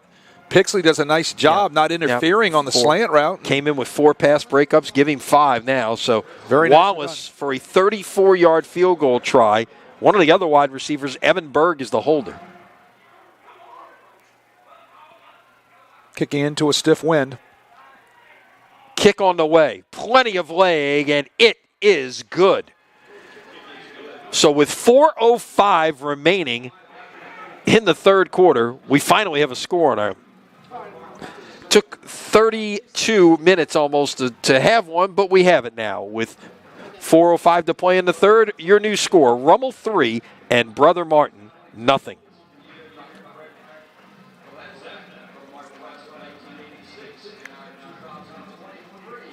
So the drive goes 7 plays, covers 70 yards, takes 3:08 off the clock. The 34-yard field goal by Wallace finally breaks the deadlock here, and it's 3-0 Rummel. He got all that ball into that nice stiff wind. He had a nice leg on that. Didn't factor at all.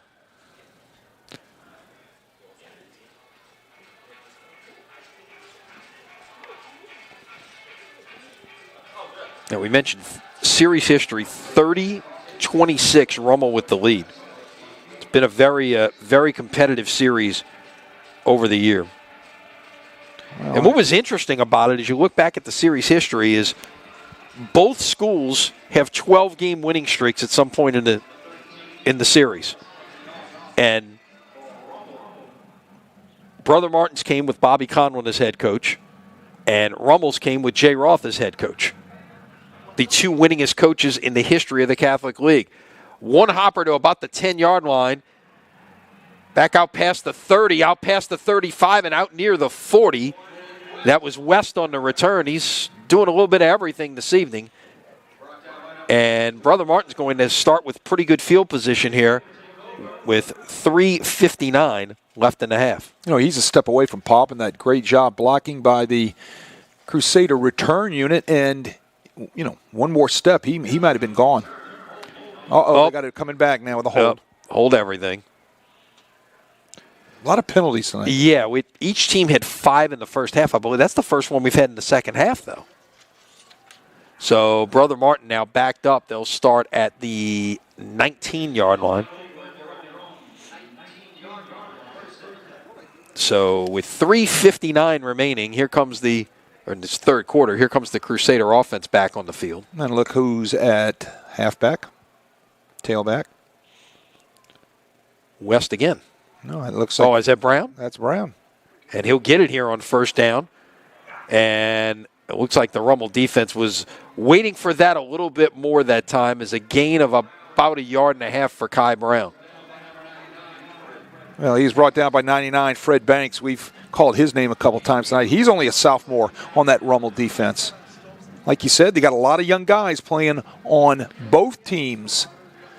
So guys getting a lot of reps. 35 yards rushing for Brown. He had 34 in that one series late in the first half that Brother Martin got down into Rummel territory, but holding call pushed him back, and they just couldn't take advantage of it.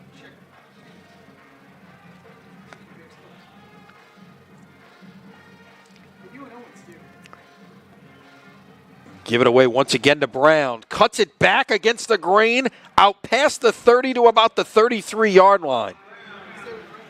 Wow, he puts his foot in the ground, his upfield foot, and then he gets north and south. He sees vision backside, and he runs to it. My goodness. You see these big formations that Brother Martin is coming out in, and they're bringing the tight end in motion. We're seeing that quite a bit tonight with Ferreira. They're using him quite a bit in that motion, almost I guess kind of little crackback action or whatever, effectively. It's a part of their counter game. They're using him as the wraparound. You know, look, I'll give you a heads up on that in a minute. Play action. Pass is caught. That is Nicholas Malik, one of those tight ends, out to the 48-yard line, a gain of 19. It's just inventing ways, using your personnel to be able to block at the point of attack, right? To get more helmets at the point of attack. So you're going to get a kick-out block, you're going to gap down with a lineman, you're going to get a kick-out block, and you're going to take that tight end or backside H-back or whatever you want to call them. You see it at every level now. Just another way to get another body at the point of attack, and Brother Martin does a great job with it. Give it away to Brown. Out to the 45, and he will be brought down after a gain of about 3. Jaden Dillon, just a freshman, 6 foot, 277 pounds. You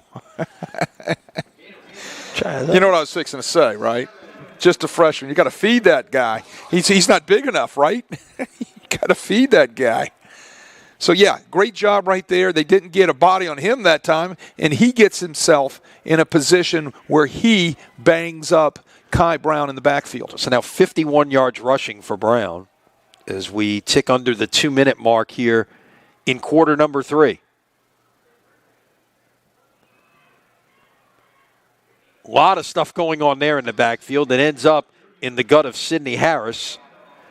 Looks like he got 4 to the 41, and it's 3rd down and 3. See, they have a nice little series where they can run triple option off of all of that motion there, right? Whether they give it to you with one person coming across the formation or he's lining up in the backfield. It's all the same stuff. They're just disguising it. They have a nice little package with it, and it works well.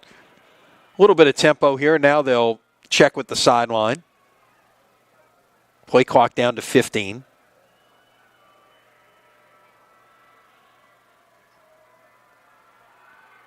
Harris is met at the line of scrimmage. Big hit delivered that time by Greg Jones once again, the sophomore.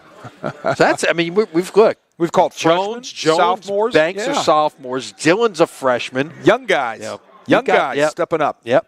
Greg Jones comes in with 59 tackles as a sophomore. So no gain on the play. It's 4th and 3, and Brother Martin's going to send the punting unit on. Looking to punt and play defense right here, and Stamps is back deep. He's usually the guy back there. He averages about 6 yards a punt return, nine kickoff returns this year for about a 27-yard average. So he's got pretty good set, and this is a fake punt. And brought down at the 40-yard line, short of the first down, and that was Zimmer brought down, and I believe that might have been Jaden Dillon right there. Let's take another look. Well, they're in a safe defense, safe return look. They figured he could pick up 3-4 yards.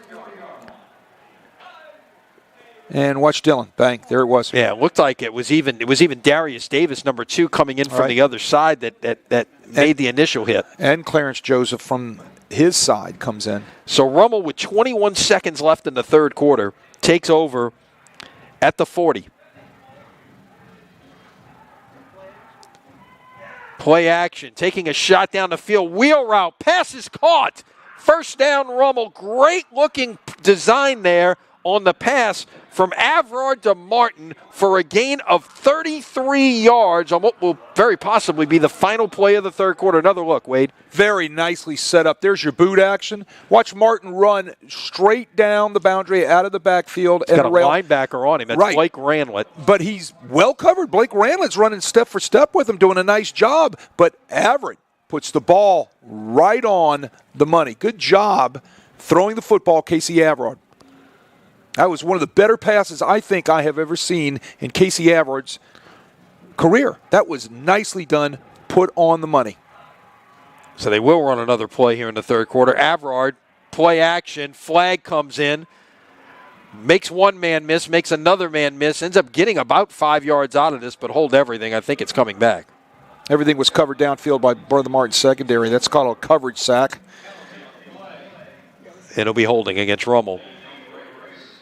And in the backfield, this is going to be first and even longer. Look, 2 years ago, we called a few games with Casey Avrard at quarterback, right? 2 years ago, he would have forced this football in, made a mistake. Right there, he does not make a mistake. You saw the hold right there. Yep. So what does he do? Smart quarterback, schooled quarterback, tucks that ball and gets what he can get. But he doesn't throw a bad decision and force a turnover. 2 years ago, he would have thrown that football. So it is 1st and 26 as the quarter comes to an end. And we finally have broken this logjam. 12 minutes to play. We'll switch ends. Your score at the end of 3 is Rummel 3, Brother Martin nothing. You're watching high school football from Crescent City Sports.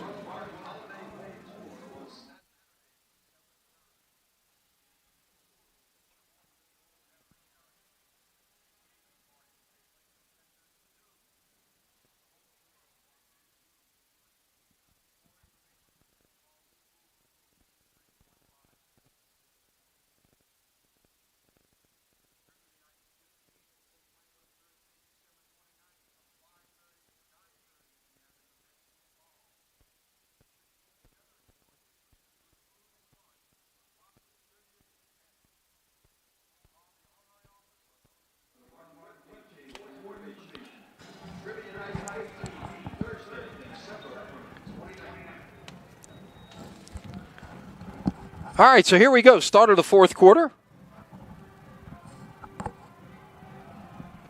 On first and a bunch, Rummel doesn't get much of anything on first down. Maybe a half a yard that time for Jaden Martin. Brennan LeBlanc there to make that tackle.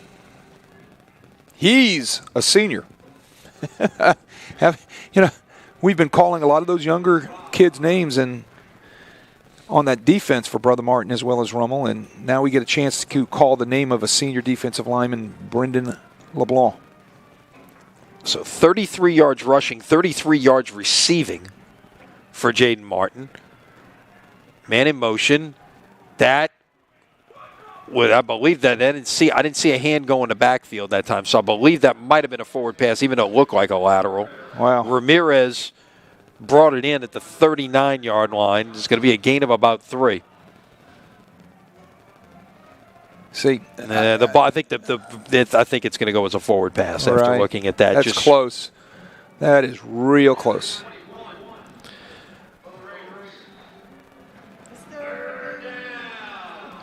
So the line to make is the 17-yard line. The ball sits at the 39. Long way to go. Well, it's third in an Uber ride, right? So I mean, see what Joe Chango has in mind on offense here. Taking a shot, had a man coming open for a second, but incomplete. Look, that's on Casey Averard. He needed to throw that to the post. He needed to throw that to the inside because the defender had outside leverage, nothing else on the inside. They throw that to the inside. He throws it to the post. That's 6 points. He's going to get schooled on that when he goes back to the boundary by the offensive staff, and they'll see that tomorrow on film.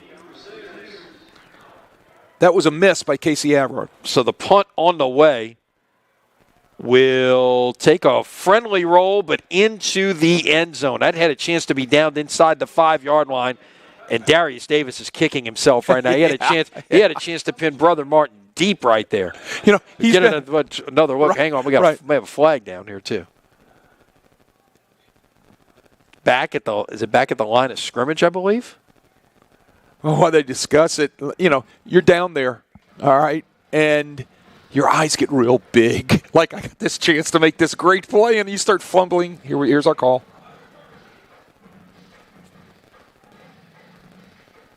So let's see. This is presumably a post-kick foul holding against Brother Martin, which will likely pin them back further.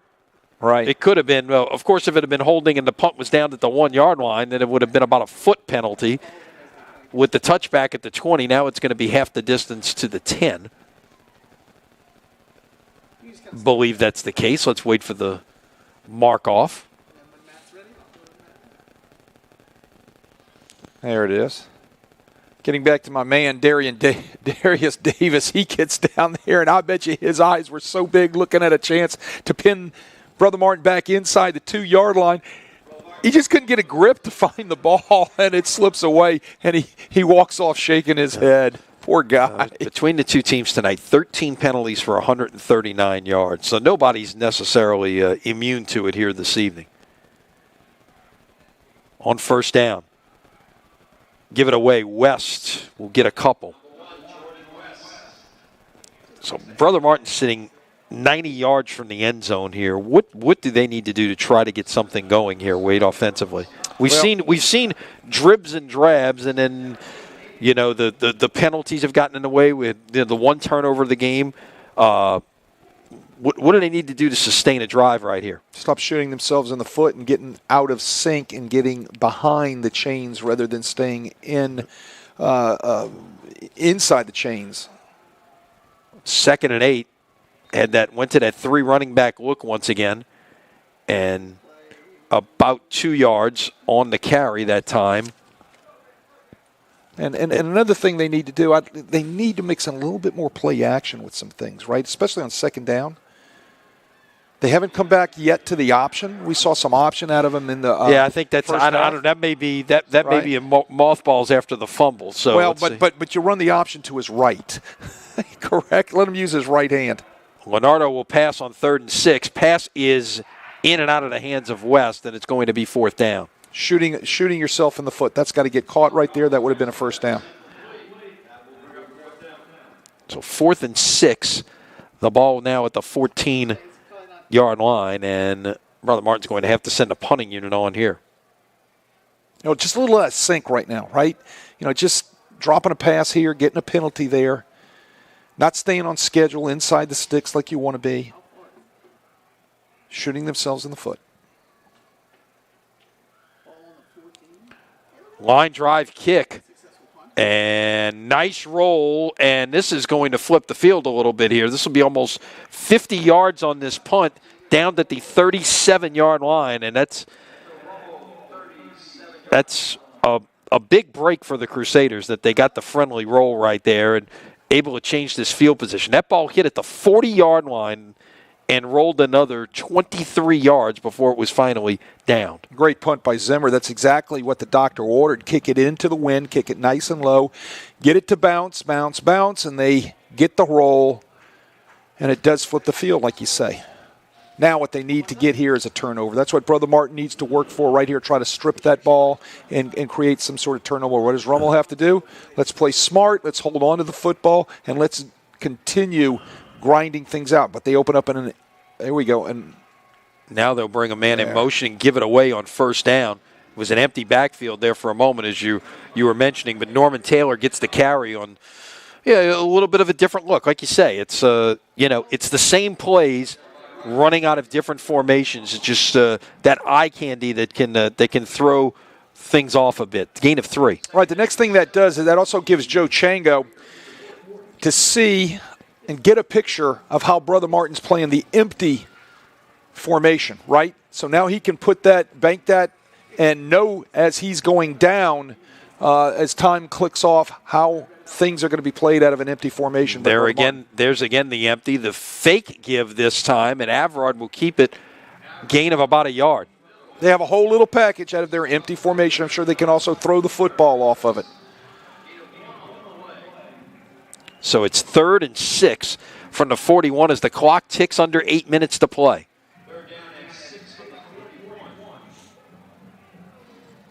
You say, 3-0, but in a game like this where your defense is playing well, 3 points might be all you need, right? So you're going to need to make sure that you chew up the clock as well as stay inside the chains and move the chains.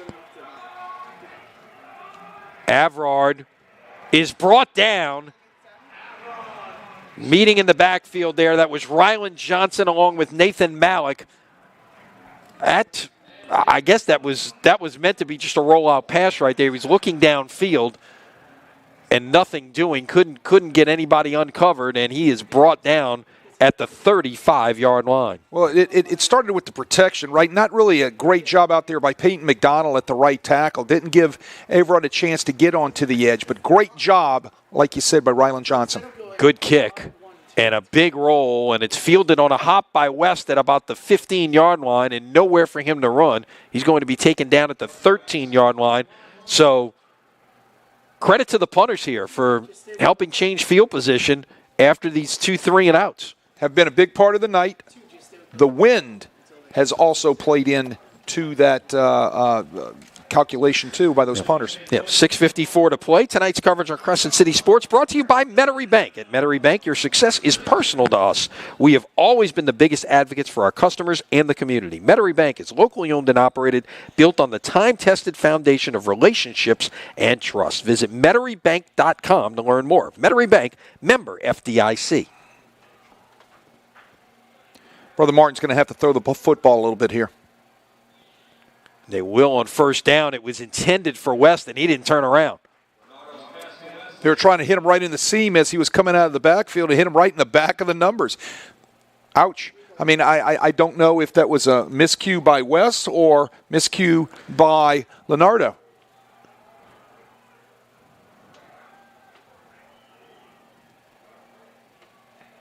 So on 2nd and 10.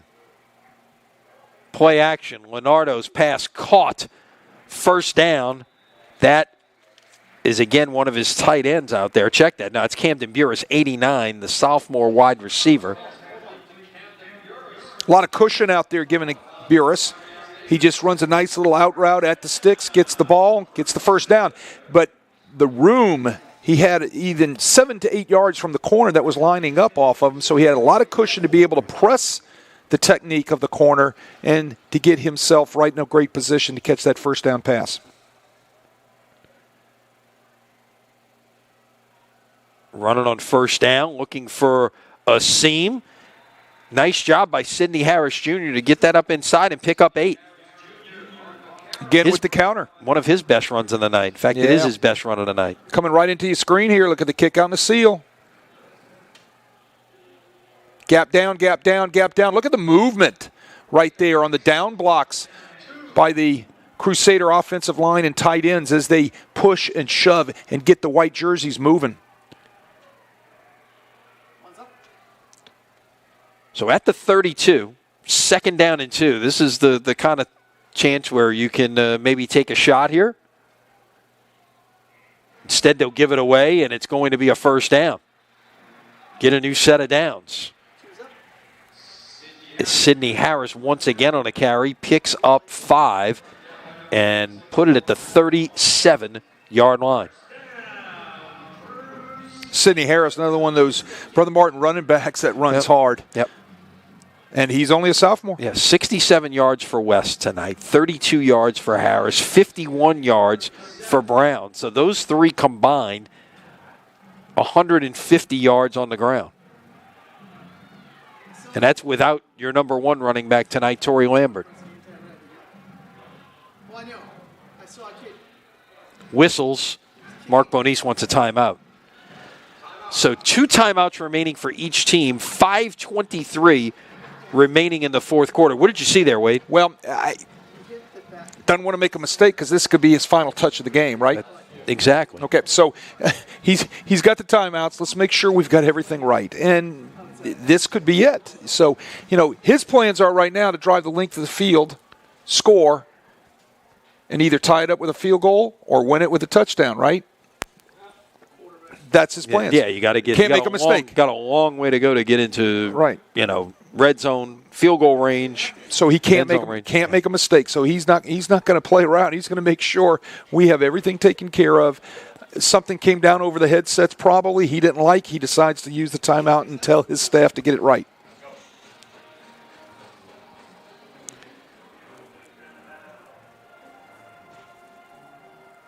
The way this game's been played all night long, you're down to your final touches by both teams. Yeah, here. no doubt. No doubt. So, could well be.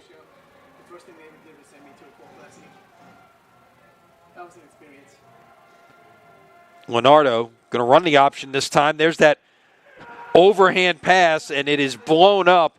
A nice play out there by Darius Davis. Darius Davis, that makes up for not holding the ball inside the field on the punt, right? So Darius Davis gets up, makes a nice pop, and boy, I tell you, he's an exciting kid to watch. He's a junior. Another one who will be back. 2nd down and 11. Look, I like this Rummel defense. They're going to have a lot of guys back. They're going to be salty in years to come. Leonardo's got the screen pass set up to West. Can he get some blockers? No. It is well defended on the back end by Robert Vaughn, who brings down West for no gain. It looked like it was set up. The rush got in there. Leonardo made the pass to West, but it was well covered by the Raiders. It was all set up. Vaughn, though, looked like he was shot right out of a cannon, right? Boom. Here he comes.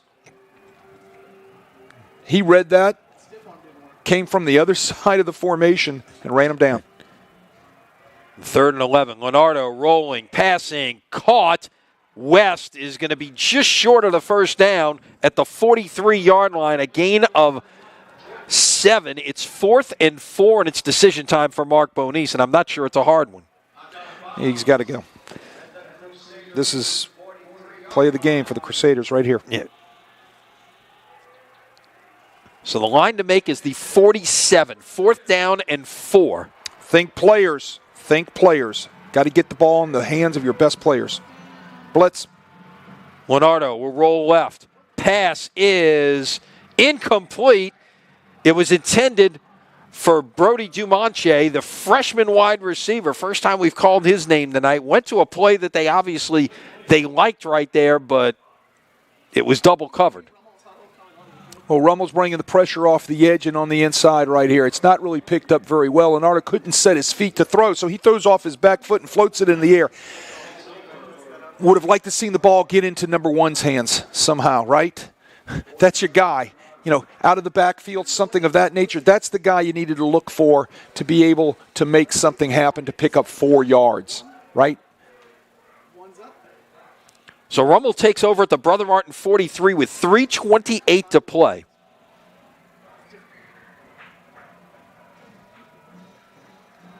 Away on first down. This is classic 4-minute offense time right here, and it's, of course, Jaden Martin. Martin's going to have to think about using their last 2 timeouts so they can get another touch, right? Yeah. But you only got 2, so. You got to use them. You got to use them. You got to use them to get a touchback. 7 on the run. 2nd down and 3 at the 36. Rummel will use all of this play clock right here. You got to call a timeout if they run the football right here, Brother Martin. Unless they get the first down and stop the chains, right? So play clock is at 7. Right? Movement up front. Who is this? Is this a false start, or was there movement on the defensive line? It is a false start. So now 2nd and 3 becomes 2nd and 8. Look, that's a huge penalty right there for Brother Martin, right? Because now it changes the whole scope of what Rummel has to think about doing in their 4-minute offense, right? You've got those 2 timeouts to play with. They run the football right here, which they should. You immediately got to stop that clock. So now the play clock is, the game clock runs again here. Hold on, now we're going to. That should not have happened. They're going to put it back on. It should be at 2:41 when the penalty happened. Let's see what they. But here's a question for you, Lenny. If you got guts and you're the offensive coordinator from Rummel, Coach Chango, do you throw the football right here? Well, this is the we know Coach Chango has guts. Right. If you're Nick Monica, do you take the handcuffs off at this point and let him do that? Because this is the down you throw it on right here. Again, you think players. Throw the football right here off of some sort of play action. Take a shot down the field. Now the game clock back at 2:41. And the clock is going to start on the snap. All right, one's up. So they get that resolved. We get ready to play. All right, now they start the clock after the penalty. There you go. That's it. They started it again. I don't understand what the difference was there. Well, you start the clock after the penalty, after they reset it. I don't think everything was set, though,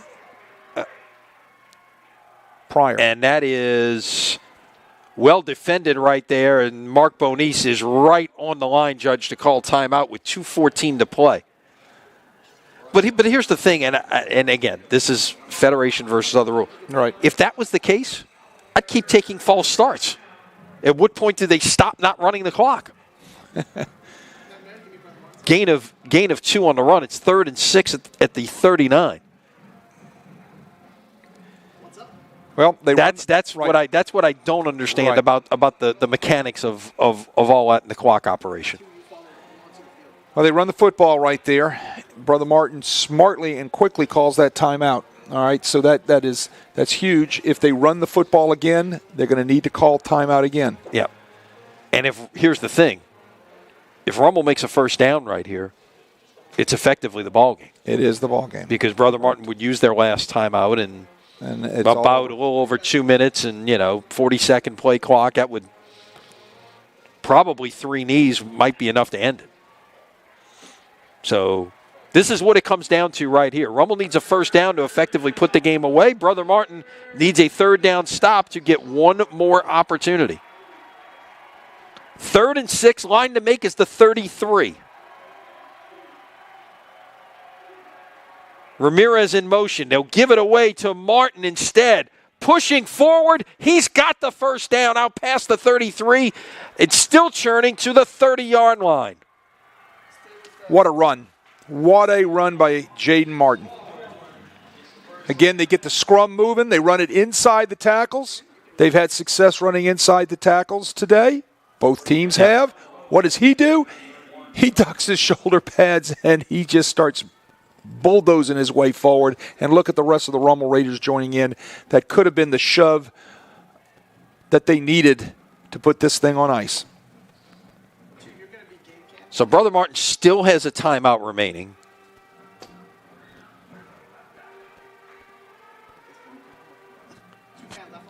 Five on the play clock. Martin will carry again, and Mark Moniz will use his last timeout with 1:29 remaining. That's, you do the math, that's very close. I think they've probably got to continue to run plays here. They might need to run one more play. Is Brother Martin now out of timeouts? You see Rummel with 2 remaining in case they need something. Well, you can't. Well, I tell you what, if you're a defensive coach on either one of these staffs, you've got to love the effort you got tonight. If you're an offensive coach on either one of these staffs, not as much. Although when Rummel needed it, they came up with the huge play. That is the play of the game, is that 65-yard pass that flipped the field and got. After they got the 4th down stop, then they on 3rd and 5, they complete the 65-yard pass to Ramirez, got him down inside the 20, did not make a first down, but again, they were able to kick the field goal, and that is the difference in this game. Casey Averard tonight made 2 good passes that really put them, in the position to be able to, like I said, to win this thing.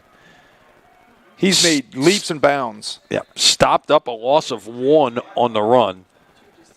And the clock will continue to run here. And look, that's a credit to that Rummel offensive coaching staff and the job that they've done with him to teach and coach, because a couple of years ago he would have made a couple of bad decisions and it would have put them in a bind.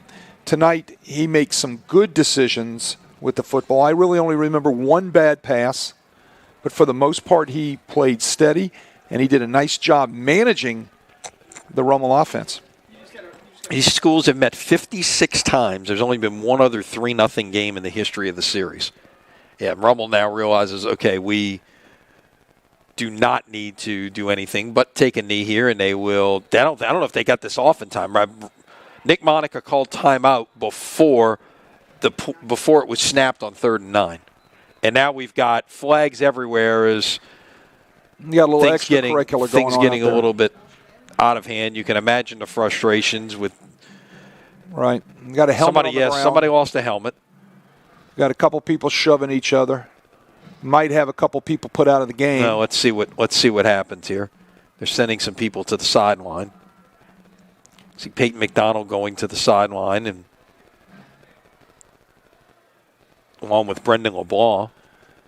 If these guys are ejected, they're going to be out next week also. Which you look ahead to next week. Rummel's got a tough test traveling to the West Bank to take on Carr, and then in Week 10 they're back here. It's their home game to take on Jesuit.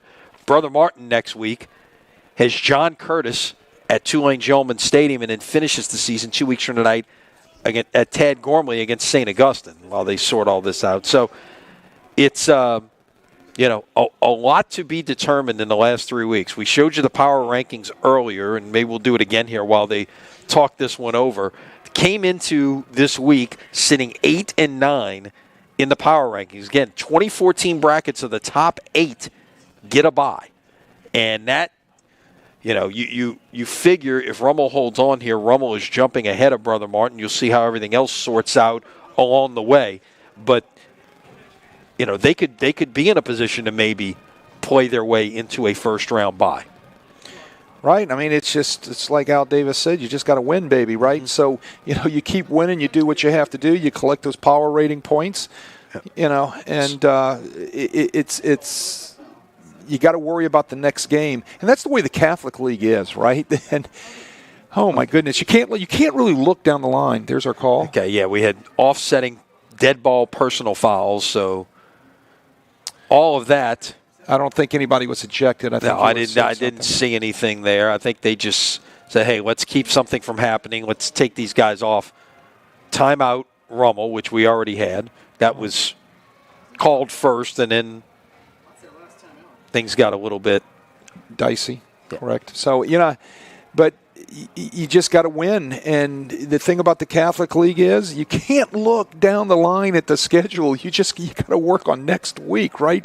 Mm-hmm. Because it's a war every week. Great coaches, great athletes, hard-nosed football.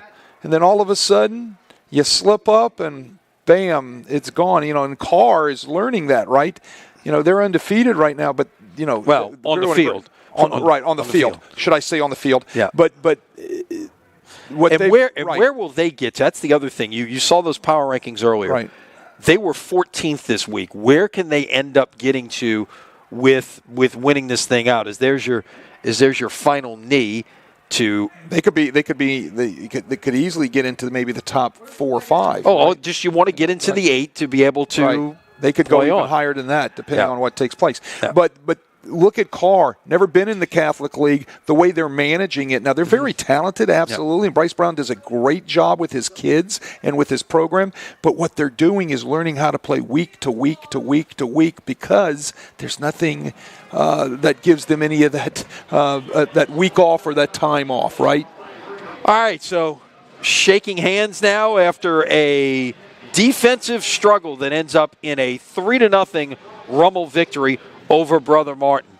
Wade, your thoughts on what we saw tonight? I mean, you never know what you're going to see on any given Friday night in the Catholic League. We get a pitcher's duel here this evening. Pitcher's duel, absolutely. Great defensive football game. 2 excellent football teams playing here tonight that, one's going to have to shake this 3-0 loss off and go back to work for next week. The other one is feeling pretty much better about itself, right? And it's going to get back to work tomorrow because it's got another Catholic League game down the line. So, great defense.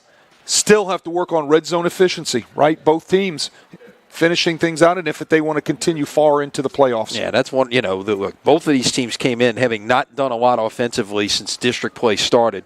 Brother Martin had scored 28 points. Rummel had scored 37, and that's still something that that both teams have to go back and work on. Wade, this is like old time in the Catholic League tonight, 3-0 here. Just don't have a grass field with mud and dirt in between the hash marks. That is all that's missing. So for Wade Kaiser, for Chip Merritt, our producer, Matt Merritt, Matt Beal on camera, I'm Lenny Van Gilder saying so long from Hammond, where once again your final score this evening, Archbishop Rummel moves to 5-3, 2-2 in the Catholic League with a 3-0 victory over Brother Martin. The Crusaders drop to 5-3 and 2-2. Until next Friday night from Ted Gormley Stadium for the 100th anniversary meeting of Jesuit and Holy Cross. So long, everybody. Okay.